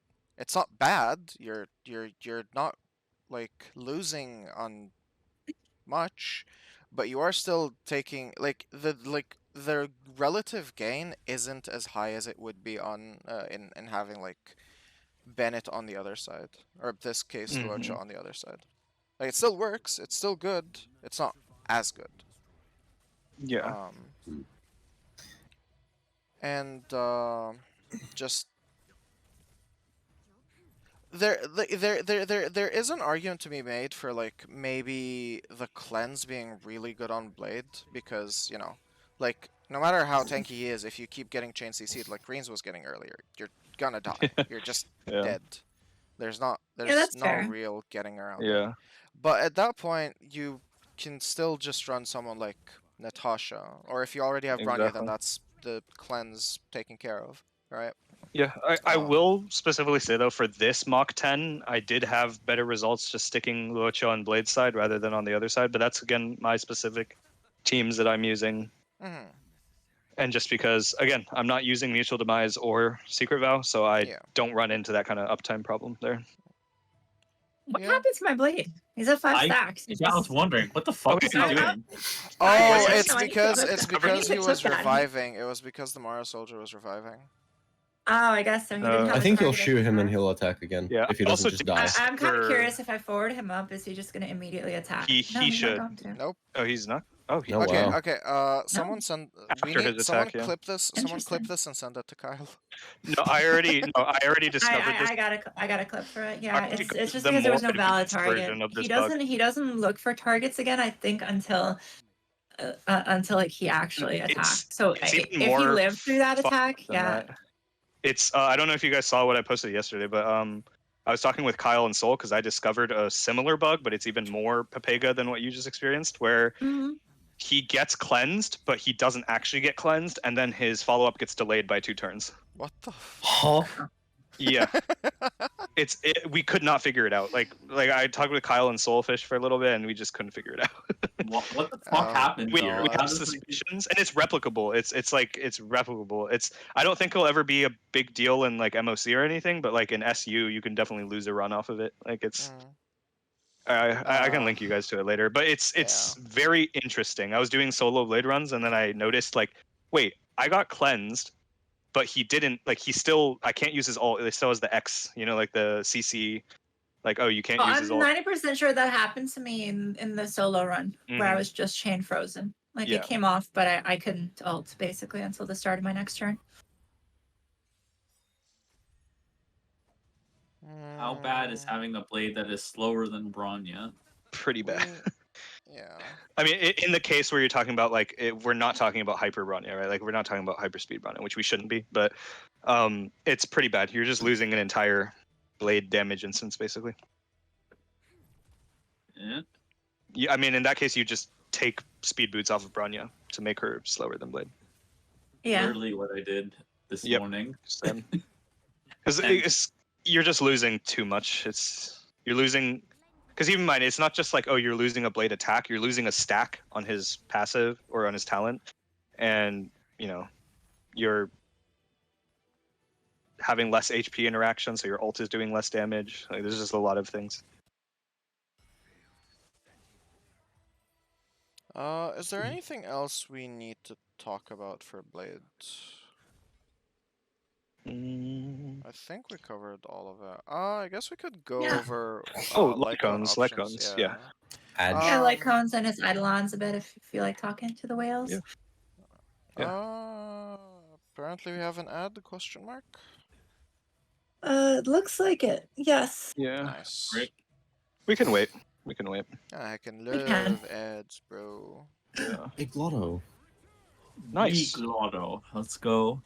I'm waiting for Galactic Small Lotto. Damn. It takes away from you rather than gives you. Yeah. But then it heals Honestly, you they could make instead. a small lotto where it's like large chance to get more cosmic fragments, small chance to get reduced to Die. 1% health. Oh. Yeah. Like I would pick that so often because I think that'd be funny. Yes, money. Yeah, money is Life. great. Which I one like do I money. want? Chance to literally end your run right there. Yeah. It's not like. Yeah, I mean, I think the play for my. my Bronya is I just make her a little bit faster by giving her the speed set, and we just are happy because she'll be like, Why are the ads so long? Blame Amazon. Yeah. It's a little cringe. Bezos needs that money. He does not. yeah, Bezos heard he wasn't the richest man in the world. He's like, He's like, hey, hold up. He took that personally. Yeah. Yeah. Wouldn't you? Yeah, I hate when I am not. I'm only the second richest billionaire, or whatever the fuck he is now. Bajillionaire. True. I think. Do I that's hate the when I official only have term. $5 billion instead of $7 billion? Mood. Imagine not having all of the billions. True. Disgusting. And you call yourself rich.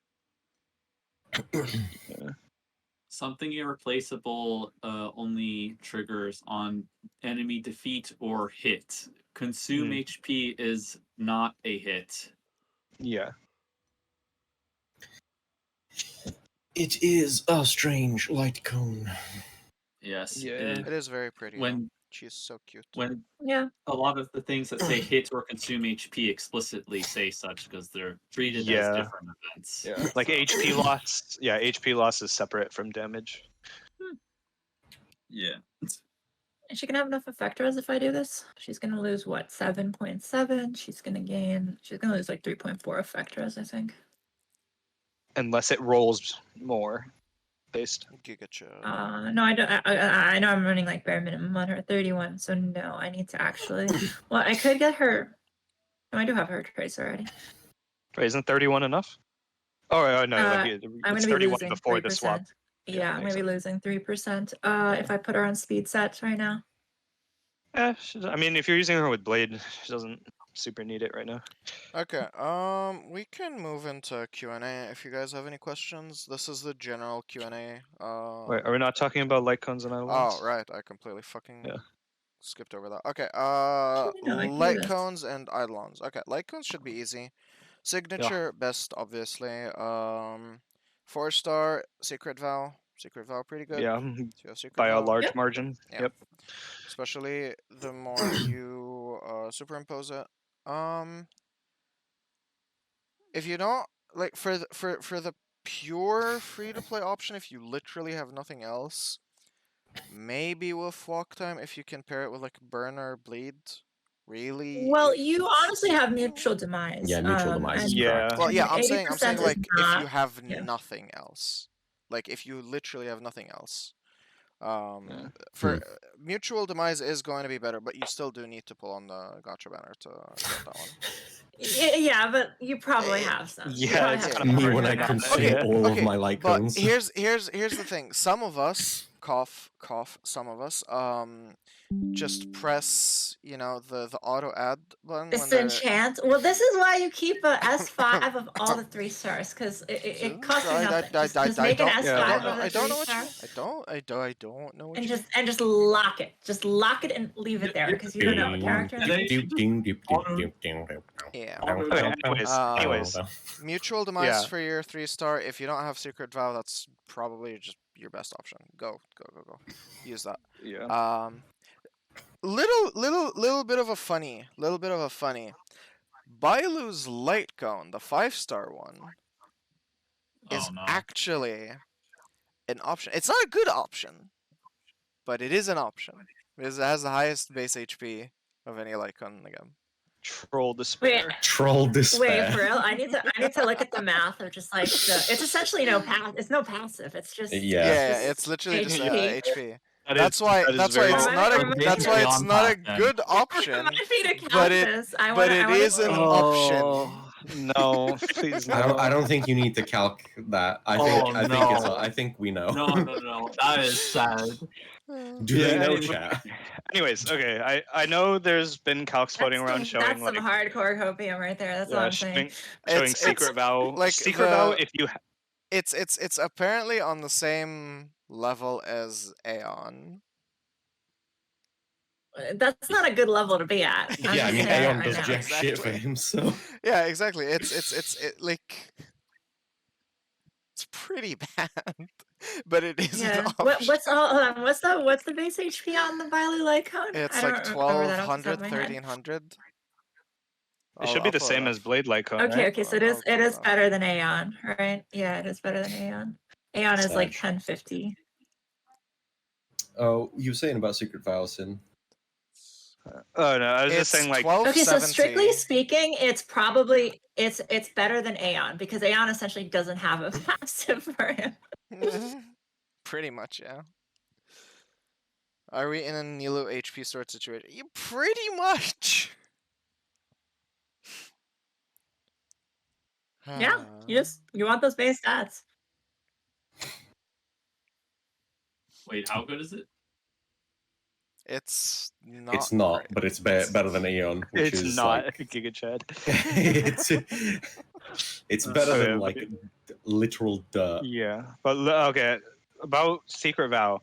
If you have a somewhat high secret vow, you don't need to pull for Blade signature. Like you just don't need it. It's value-wise for the pull is not significant enough of a gain to really consider. Like even like a S5 secret vow in the worst case where Blade is never like triggering, like never getting passive, it's what, like 15-16% worse, but that's literally assuming worst case scenario, which is just not going to happen on Blade.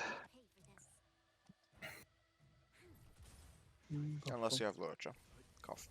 No, even with Luocha, it's just like you'll have like worst I mean, case I like guess- 30-20% uptime. Oh. If with Luocha, if you're Okay. building HP, you'll still have around like half uptime. It's fine. Fair enough.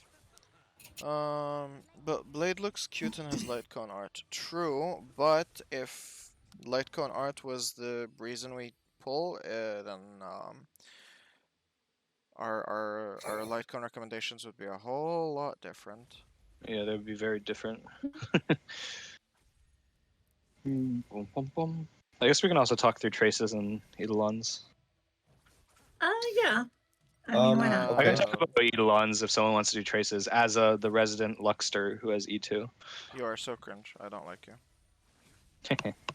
So, I mean, what do we need to talk about in terms of traces?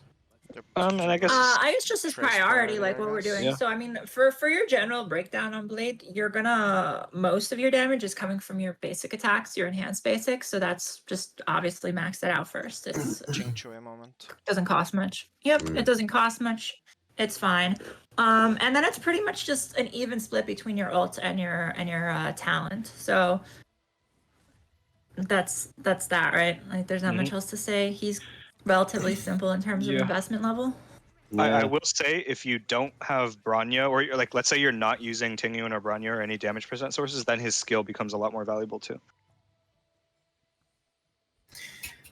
It kind of, yeah, beyond the basic attack, it's kind of like, what do you feel you're getting the most use out of? The skill is Right. more consistent for you, and again, like was just said, if you're not using external buffing sources, then it gains more value. In sort of like average, kind of like, you know, slightly unfavorable situations for Blade, like average unfavorable, the split between damage that he deals from his enhanced basics and then bracket talent plus ultimate close bracket is like fairly similar, which ties into what was said earlier about like the difference between Rutal and Salsaro is not that massive, honestly, because they are kind of neck and neck as long as you're actively using his ultimate. Mhm. His ultimate is kind of like it's kind of just good value because the HP set thing it never changes. It's always 50%, and like the same thing for the talent. Like the health restoration or alteration is constant across all levels. So, you know, don't go into it thinking that if you upgrade, you know, you need to upgrade his talent to get good healing, or you need to, or you know, if you don't do it, then you get bad healing. It's always the same in terms of like sustain. But Mhm. Yeah, in AoE heavy Yeah, I mean- situations, his talent will be better. Single target, his ult will be better. yeah. Yeah, in terms of like his ascension talents, like he does want his A6. Like there's no way around it. Go level him up. He wants his A6 he is wants to be he wants to be Yeah. 80. He wants His for HP the health. He scaler. wants to be Yeah. exactly. He wants his A6 because that's a 20% increase to his talent. In general, he has a really good stat line. Like I like his stat line that they gave Yep. him. Crit rate, effect res, and HP. It's like the three stats he really wants. He doesn't want to be CC'd. He wants to crit, and you know he loves his health. Yeah, it's pretty simple minor traces. You can basically grab Yeah. all of them. It's not. Yeah, there's Obviously, in nothing terms of nothing investment, bad in this yeah. tree. Honestly, it's one of those trees you can max us all out. There's nothing has bad value here. Yeah. Would Welt be better than Pela as a fourth, or is it just weakness based? It's a couple of things.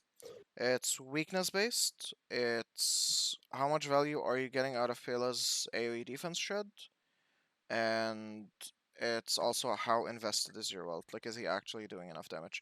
Because Blade doesn't want the enemy to be CC'd generally because he wants to get hit, and that's what Welt does. So you do need to Yeah. consider that.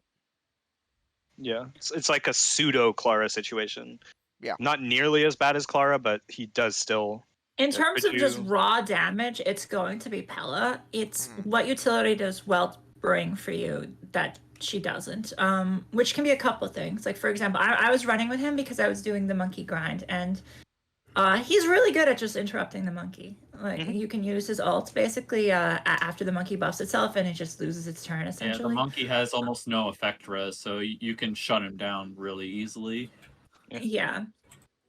If you are using... I mean, as always, in terms of just DPS, Welt is gonna be doing more than Pella, but it's not like a huge amount. I mean, my Welt is I happen to pull E1, so he can like be pretty good as a sub DPS, but he's not like he's not shabby. He's not shabby at all. He does a decent bit, like about 20k per turn, if they're debuffed. I think I'll add on to that as well. Like with Blade will be fine. Blade will always be fine. It's Blade's teammates that might need a little bit of help, and so in situations where you're against enemies that are like extremely AoE heavy, like and It might be worth Blaze to out of slow space, them, Ice right, out of yeah. space, or Searing Prowlers especially, because they also have an imaginary weakness to them, and like Searing Slash against your entire team, Blade's going to be like, yes, more talent stacks, and everyone else is going to be like, oh god, I'm so close to death. Oh jeez. Yeah. Yeah, like it's great for your Blade to be getting his fall off constantly, but it doesn't help if your whole team's just Yep. dead. Which is where Luocha can help. Yeah. Well, that's one of the things people are asking me. Like, do I have survivability issues on Blade? And my answer is always no, because if I ever am in a situation, the survivability is not going to be Blade. It's going to be everyone It's the else. rest of Everyone the else is team, going to yeah. be dead long before Blade is. Yeah. Blade be out here like Shadow the Hedgehog. Yeah. Yeah. Yeah, basically. And just solo with Blade. How Is it- I pathetic. literally just did that this morning in my Yeah. bosses. Is it Eidolon time? Mod check? If you are using Palo Silver Wolf already and don't have Bronya, what other options are good for Blade? I think they mean specifically like support options for Blade. At that point, I'd say move Pela and Silver or Pela/Silver Wolf to Blade, and then give someone else buffers. Yep. Unless You can have use a Tingyun, I yeah. guess. Yeah. You can use Yukong, but it's very, Yeah, it's very hard. yeah. Yeah. It's not ideal. For the You're for the only event that's getting- going on. You're only getting a buff with Yukong every like 3 turns at most. Yeah, so you just have to save it to line up with Blade ult, basically. Yeah. Yeah, I used Yukong with Blade in the event thing, the event like stage, and it was like, it's disgusting the numbers that a poorly built trial blade can get Yeah. on goddamn Eagle of Twilight Line. And Yukong makes his damage just like it sends it to the moon. Kiana is waving at him. My only issue with Yukong is that I often find it's actually relatively easy with Blade, at least if you're running his signature, to hit crit cap on him, and then her crit rate buff is just kind of wasted. Yeah, but you still get a Yeah. sizable crit damage buff. You will.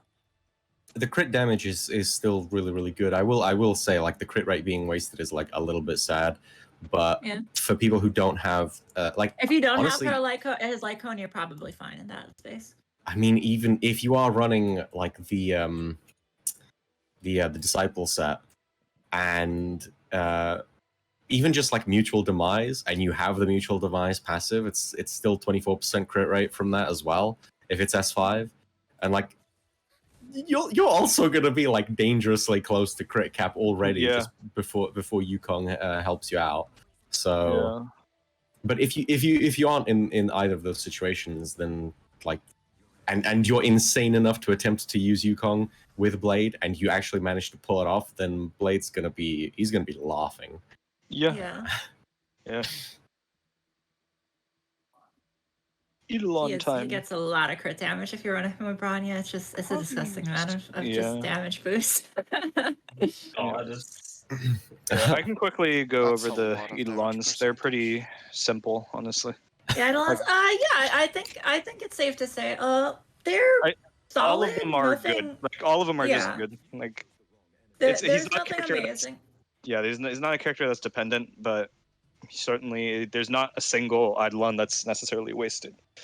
Yeah, I think we could talk about his E1 a little bit, because that's like what most people will just might pull and like want to know about. Yeah. So it's for single target, it's actually quite impressive. It obviously will fall off like in AoE, but just having that extra damage on his burst, it's significant. It's like almost a 20% like boost to his damage.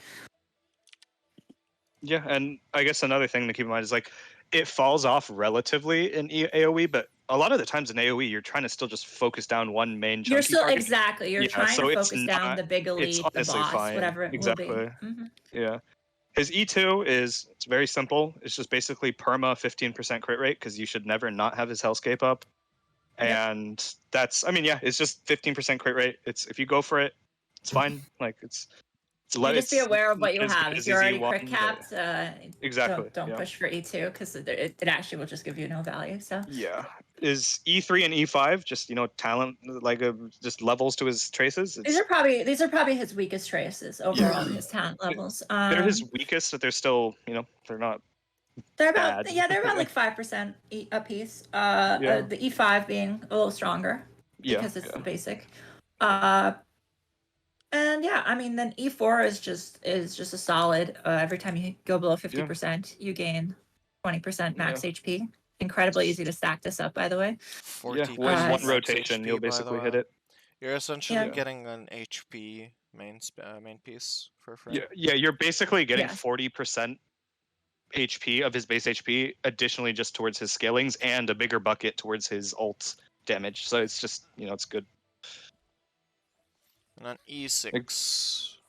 Yeah, I mean, E6 is just obviously very good. Like, there's not, reducing The main number of thing targets. is just yeah, I mean E6 is just changing your kind of gearing priorities a little bit because you're focusing more of his damage on his talents. So this is like where everything we talked about, how the split's kind of 50-50 between his basics and his talent plus ultimate together. And this just kind of pushes everything more towards the follow-up attacks. So again, this is like you want to then focus on your Salsettos. You want to focus on just everything that's for follow-up attacks. Yeah, going from 5 needed stacks to 4 is very significant. Even if just glancing at it, it doesn't seem significant. It Oh, it adds up greatly real quick. increases your Yeah, it AoE does. damage. Like, especially in situations where, let's say, something keeps summoning ads, or there's just a lot of enemies that's to start on the field. It's very good. And then obviously in single target, just more procs is still fine too. Like, it's not bad. Mhm. And then the additional HP scaling onto his talent is also just good. What is it, like 40 something percent just 50%. additional damage? 50%. Oh. Yep. Damage. I mean, like, Oh, like in its increase, like, yeah. Yeah. Like the DPS game. because his talent is 100, or I guess if you have E6 already, it's 121%, so it's a 33% increase to the amount of damage, the HP scaling portion at least of his talent. Yeah, which is the majority what you really care about. Like, let's be honest, the when you attack talk is about whatever. Blade, you can more or less not look at his attack scaling. It's there, but it's small.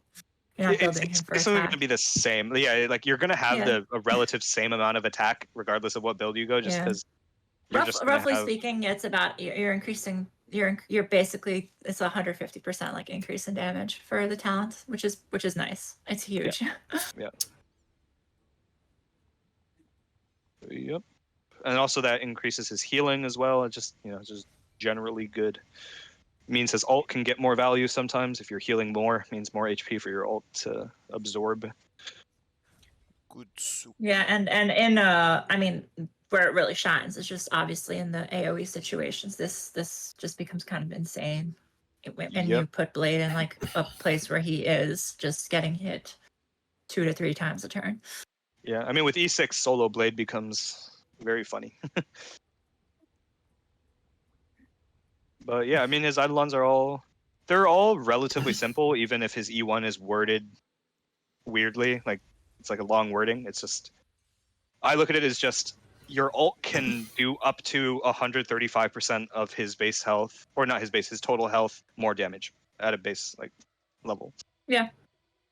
Which is just very good in single target, or in any situation really, because you're always going to be targeting one main thing. I would say personally, either E1 or E2 are a good stopping point. Again, like Reens brought up, E2, if you're already have his signature weapon and the set that gives you crit rate, like. I guess we can kind of overcrapping. mention this again in terms of like his signature versus his Eidolons. I'm sure everyone that was there for the first stream heard it like right away because that was like the quickest math ever. But before you pull any Eidolon, get his signature. Like it's not even close. His signature compared to any other weapon option is such a massive increase. Unless you have S5 Mutual Demise and it's a team where he has very high uptime. That's like the one case where the Eidolon can edge it out. Yeah. Again, getting S5 Secret Vow, you're likely pulling for his signature. So.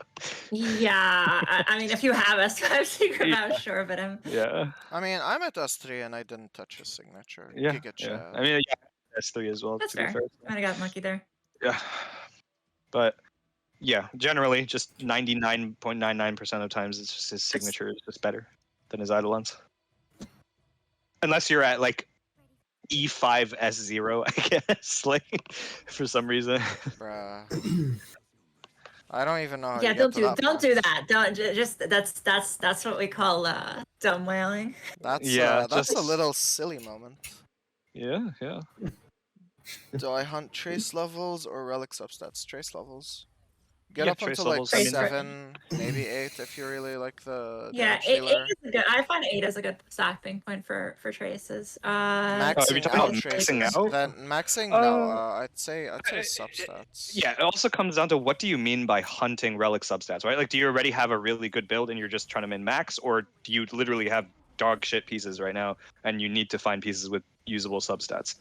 If it's the latter, then yeah, just go farm relics. If it's the former, I would just level the traces first, or even just focus on a different character at that point.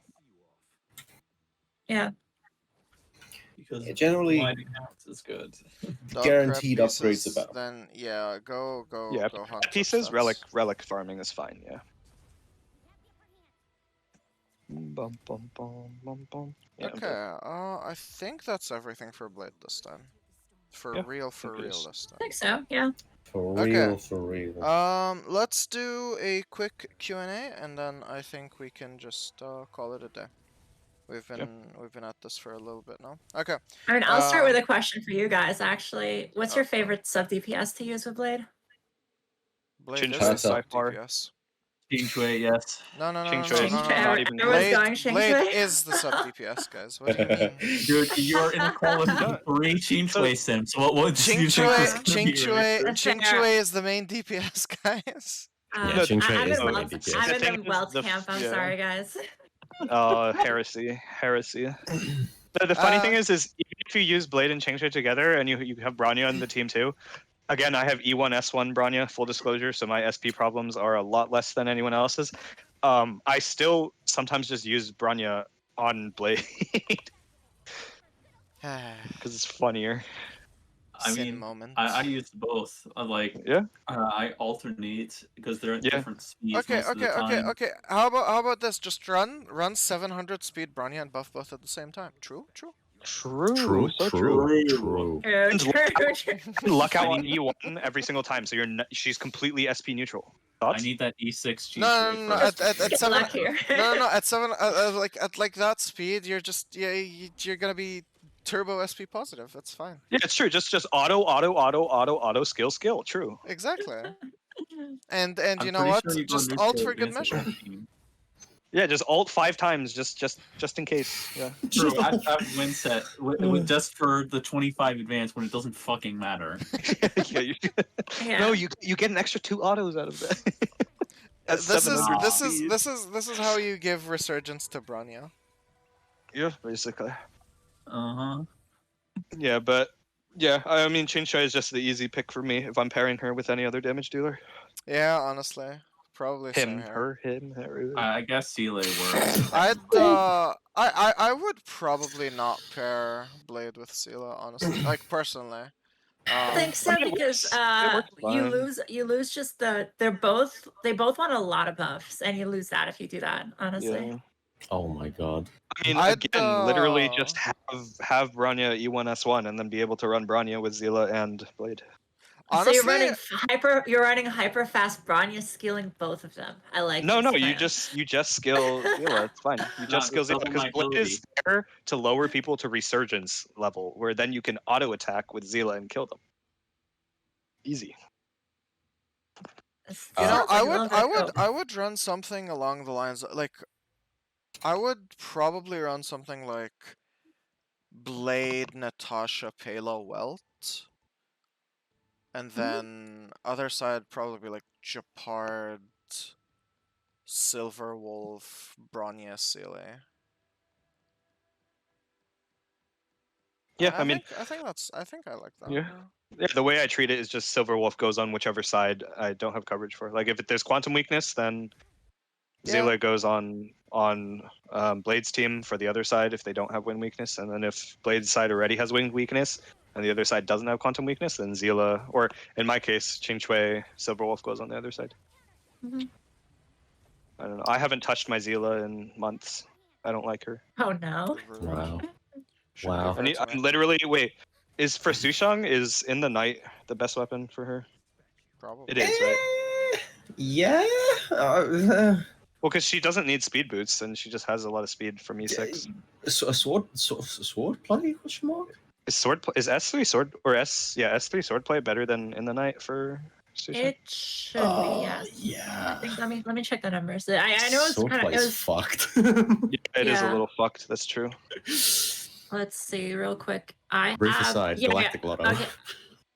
Wax of Remembrance, Abundance, Punk Lord Mentality, and the Wait, fucking disc. are we talking about S5 versus S5, or are we talking about S1 in the night? No. I'm talking about S1 in the night versus S3 swordplay with an Oh, E6. I mean, that's no contest. Yes, so swordplay just wins. Like With an E6, Sushou? it should. Yeah, swordplay is that fucking cracked. Oh, Even how if much more is it? I mean, S5 on its own is a straight up like I think 12% upgrade over in the night. So like Yeah, so S3. S3 I believe is slightly better. Like Yeah. So then 3 with to 4%, E6, something like that. so with E6, wouldn't in the night be better then? Because you have more speed. 5%. It is actually yeah, it's 2% better than Okay, S1 then I'm just S3. gonna stick with in the night. Giga Oh, I mean, yeah, you Okay. can. That's so close it doesn't matter, Yeah, and you okay. don't have to worry Wait, about the. All right, we switching do have a targets. question. Can you guys explain how you decide me when Eris reads the question after I've already started? Go Fuck ahead, you. Eris. No, that's fine. I mean, I'm waiting for you nerds to stop talking about numbers so we can. Okay, can you guys explain how you decide Bronya priority between Blade versus other carries? Do you want my non-TC like reasoning behind this? I'll tell you No, my Giga non-TC. It's whichever character I think has the hottest animation, and I want to see more. True. So Blade, basically. Yep. No, but more realistically, it's kind of like, okay, who is like farther back in the turn order? Like if Blade is just about to go, I don't need to use Bronya on Blade, right? Like if I'm running Bronya, Qingque or whatever, like, and Qingque is way back in the turn order, and Blade is just about to go, I'll just use it on Qingque, and also same vice versa. Okay. Do we have any more questions in the chat though? Oh, you mean in different teams, part of Bronya part. Oh. I think it's just if you have enough damage on a side, like if you play through and you notice like, oh shit, like my Blade side is wiping the floor, and then your other side is struggling damage wise, or you're not hitting like certain breakpoints fast enough, then if you swap them, it shouldn't be too much of a problem. Like a well-built Blade on his own without any buffs already against win weak stuff just decimates it. Hey, bruv, get off my monitor. What are you doing? I think It's your cat. I think it'll depend on what your support options are. Like if you have I don't know, like if you have like Tingyun, yeah, I guess you could swap Bronya out. If you're up against like Firebreak, you can use Asta. Otherwise just Pela. Pela's really good. I think everyone should have Pela by this point. Silverwolf, if you have her, also good. Like, aside from the implant, the defense shred is really good. Yeah, but yeah, I mean, if you have every support, like, it just depends. Like, a lot of times it won't even make a marginal difference in your cycle clears. Like, it shouldn't Honestly, change too much. I don't know. I like non-TC opinion here because that's the trend. I like Bronya and Celia together because they're cute together, and you should not separate girlfriends like that. No, it is known. This is known. Keep the girlfriends. Also, I was yelling at a together. spider that sat on my monitor. Oh, I wasn't just being British for the sake of it. That's so much your worse. I cat. thought it was a cat. Yeah, that was a cat. Yeah. No, it was a Alright. big spider. Anyways, okay, this person asks, I shouldn't run speed boots on Blade if I use Bronya, right? And they have speed Bronya. No, if you're running speed Bronya, you definitely want speed boots on Blade, because Blade needs to be a little bit faster than Bronya, unless Bronya has 165 speed. But yeah, I mean, if you have speed Bronya, you need Blade to be, a little bit faster. Like 1 speed faster even works. It's doable if you go for it. We do have a We do have a member of our staff who is very interested in 160 speed Bronya, so maybe they'll get to that point. Does an enemy have Bronya? She does, right? Yeah. Okay, I was just to say it. She I would actually be has a really she actually has a really ridiculous speed set. Like That's she funny. farmed so Wait, to so like how 8 close- speed subs right now. so how That's the close- thing. She has 8 speed subs. So I think she needs 12 or 13 to hit there. Jesus. So What still, the heck? yeah. That's ridiculous. That's why It's a like, ridiculous amount of is- subs, yeah. it ain't happening. It ain't happening. An Our enemy will be very- the first person to do it, though. The KQM speed demon. 12 years Ah. ago, when Star Rail first released, I started farming for speed Bronya sets. Yeah. I'm still yet to get my Yeah. 12 speed It's like subtract. a decade later, I have finally accomplished it, but Bronya has been completely power crept. Like, Okay, to be honest, if they power creep Bronya, someone somewhere okay, has fucked if up. the game survives I mean, a let's be honest. decade, With Power Creep like, Bronya, I'm just gonna use both of them. Like exactly. You just throw Bronya on the other team. Easy. Or you put them both on the same team. Giga Chad. No, okay. If the game survives a decade, there will surely every single character that we currently have right now will have been power creeped. Surely clueless. Yeah. Surely they will not release Looks- stale characters that do all the same thing for 10 years. Clueless. Looks at Genshin. Oh, hey, would you look at Genshin, that? we have some Bennett's cool still at stuff the here and top. there. Yeah, true, but that's only 3 years, so it's fine. We'll give them another 7 years for Genshin. Assuming the game lasts that long. Exactly.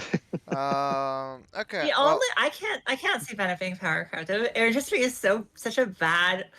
Yeah, Game yeah, it'd just be balance. terrible. Bennett doesn't get power crept. He gets meta shifted. The only reason you Yeah. don't see Bennett left and right anymore is because Dendro is so stupidly And broken. also because they started tossing like fucking enemies that They were just made nuts at you. specific enemies that were specifically fuck you Bennett. Like it started with Yeah. Qingque and like him cryo one shotting you if you were standing in Bennett field. Yep. And they've gone out of their way to make enemies specifically Yeah. anti Bennett.